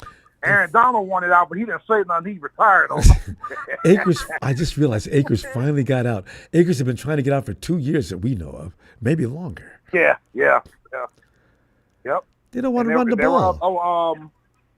Yeah, exactly. And Leonard Floyd wanted out too, and he got out, went to Buffalo. Now he's with you guys, and now he's going to pay them back a little bit. And saying things like, "Oh yeah, they play real man football over here." Yep. Hey, Margaret Brown should have brought that stuff up. I didn't want to hurt your feelings. Ronbo? Yeah, what about the Cowboys? You get 4 picks, really 5, and you still lose the game. Don't score no points. I mean, it was the blind leading the blind out there today. I got to go back and see that game. Yeah. I was busy doing other things. I didn't take time to sit down and watch the Rams and the Cowboys. But what I'm hearing for now, I missed at least a good belly laugh. Oh, Ronbo, you missed a comedic gold, Ronbo. It was so funny. Trey Lance, Ronbo, overthrew he's in love with his arm. And I like Trey Lance. He got a strong arm, but he overthrew receivers several times. He needs that same guy. Remember Josh Allen came in the league he could throw the ball completely out of a county too, but that's not going to help you playing football. You need to be able to target and hit things and not throw the ball through the receiver so hard that he can't grab the ball. So he needs to get it together with whomever calm him down over in Buffalo and make him the player he is today. Hey, Ronbo, don't be surprised. 'Cause, I don't know if we are, but we were talking on our Falcon chat. We lost our backup strong safety, Marco Helms out of Alabama, who we drafted last year. The guy can hit to an ankle. And got some bad news today. I told you about Braylon Trice, torn ACL. Ooh. Torn ACL. So we lost, that's the edge rusher. So we lost 2 defensive players and offensive players in 1 week. Oh. This is that year, isn't it? I thought it was us doing the 49er. That's what I call it, doing the 49er, when players are dropping like flies. Season ain't even got started. But there's from what you're talking about, it looks like your team is not doing real well at this particular point. I'm not hearing about a lot of teams, though, that are losing a lot of players. Everybody's losing some players, but usually high volume amount of players that are your better players that are going down is something we do better than any other team in the league. You've lost 2, though. The good thing is we can recover, and we still have 4 quality edge rushers with Lorenzo Carter, who I thought that Braylon Trice was going to take his job. And then we signed in free agency James Smith Williams. We moved him from DN to edge rusher. He weighs like 264. So we was moving him to edge rusher anyway. So I'm just hoping if we sign Justin Simmons, I hope they just, because Justin Simmons is a free safety, just like All-Pro Jesse Bates, right? And he's still I'd out rather there. keep Jesse Bates as a free and move Justin Simmons to strong safety. That Justin Simmons is still out there. You got to get him around there, Tony. Because you know what? Justin Simmons, about 3 weeks from now, Justin Simmons, people are waiting for the cut because now Justin Simmons has no leverage. So it's going to be interesting to see where he goes at the end of the month. And he's going somewhere. And I heard Ellis talking to you today. You guys, I didn't get to see y'all's game yet. Frank Darby's doing pretty good, huh? Oh, yeah, Darby's tough. Yeah. High motor. He's 6'1", Ronbo. 6'1", about 200 pounds. Yeah. I'm misguided on his height. And he runs decent routes too. Always smiling. Yeah. Yeah. Just look at this Arizona State face. Like I said, I don't think Arthur Smith gave him a chance. That happens a lot. In Atlanta, our coaches do that sometimes. Yeah, that happens a lot. You know, because the factor is a lot of coaches are impatient because they got too many guys that are equal talent, and so they got to make a choice. Sure. So it's got to either be Darby or somebody else. I remember you guys having Darby because I always thought that was an interesting name. So yeah, he was good on special teams. Didn't get a chance to see him play receiver much because they wouldn't put him in except for that Dallas game. So I think y'all might have one there. I don't know how many receivers you're going to keep, but I know. I'm pulling for the man. I like him. We got so many. I tell you. Tony, we're going to go because I got something else I want to do here before it gets to be too beyond midnight. But always fun. I'll be back Tuesday. Yes, sir. And Ramon, they're in the chat, but they ain't been in the chat as much as they normally are, Michael. They're embarrassed. No. This is after games. You can always rely upon them, except for marketing pros that die hard. But for the most part, Rams fans, they scatter after these games, especially Tony. He knows Stetson Bennett Jr. I'm still echoing what he said last year. Yeah, Stetson Bennett Jr. steal the draft. Well, you shouldn't have stolen him. You better take him back to wherever you got him. Texas boy's the main one. He be hiding after losses. You'll see come the regular season. You know how he does. I know. For a couple of weeks. Although. Brown boys, for the pleasure. And I'll talk to you Tuesday, sir. I know you got to go. Yeah, all right. Appreciate that, Tony. I always do. All right. Take care, sir. You too. Yes. Have a great night. But Texas boy, this is one time I think shout out to the French team, basketball and men and women's group in the Olympics. My God, any other day, you guys actually take the gold. You took a combination of the best players in the world in America, and you got it your own, because Wembanyama's going to be a star. My God, he's going to be good. Wembanyama, I got a feeling is going to be one of the greatest of all time before the dust all settles and it's done, and he hangs up his shoes. Because if not for Steph Curry, they win that game. Steph Curry's not human. We happen to have the inhuman on our team, and we pull that one off. The girls' team, U.S. girls basketball team, they're just tough. They're just I actually knew when I was watching that game, I said, you know what? No matter how hard the French try, they can pull, they can tie it up. There could be 10 seconds left. If there's 5 seconds left on the clock, and all the U.S. girls have to do is get a bucket, that game, they're going to get that game. And they did. So I'm really proud of both teams. But, boy, they got challenged this year. Fam, you know what? I look at world basketball now. I like it better than the NBA. Because one thing, you don't have the NBA officials, which really pissed me off. Although the officiating was questionable at times in FIBA competition, but I'm looking at that and saying, you know what? This is what it's all about. You look at this. Of course, the NBA the NBA is not about to disband just so they can have world teams. But my God, that was entertainment. Did you feel that gripping sensation in your chest in both games? And midway through the fourth quarter, when they were going seesaw back and forth, and you're sitting there wondering, are we going to win this? When's the last time USA basketball had to say, and we as fans, did we say, are we going to win this? God, that was exciting. So as I say, salute to the French. They came ready. Ooh, they came ready. Whoa. It's going to be a long time. Well, FIBA they have their games. They have another tournament later, but it won't assemble Steph Curry, Kevin Durant. I mean, and we picked up a couple of guys. I mean, God damn, LeBron James. These are the who's who of basketball. And then you look at some of the names they had on the European teams and a Serbian team too. It was good. Ooh, that was good.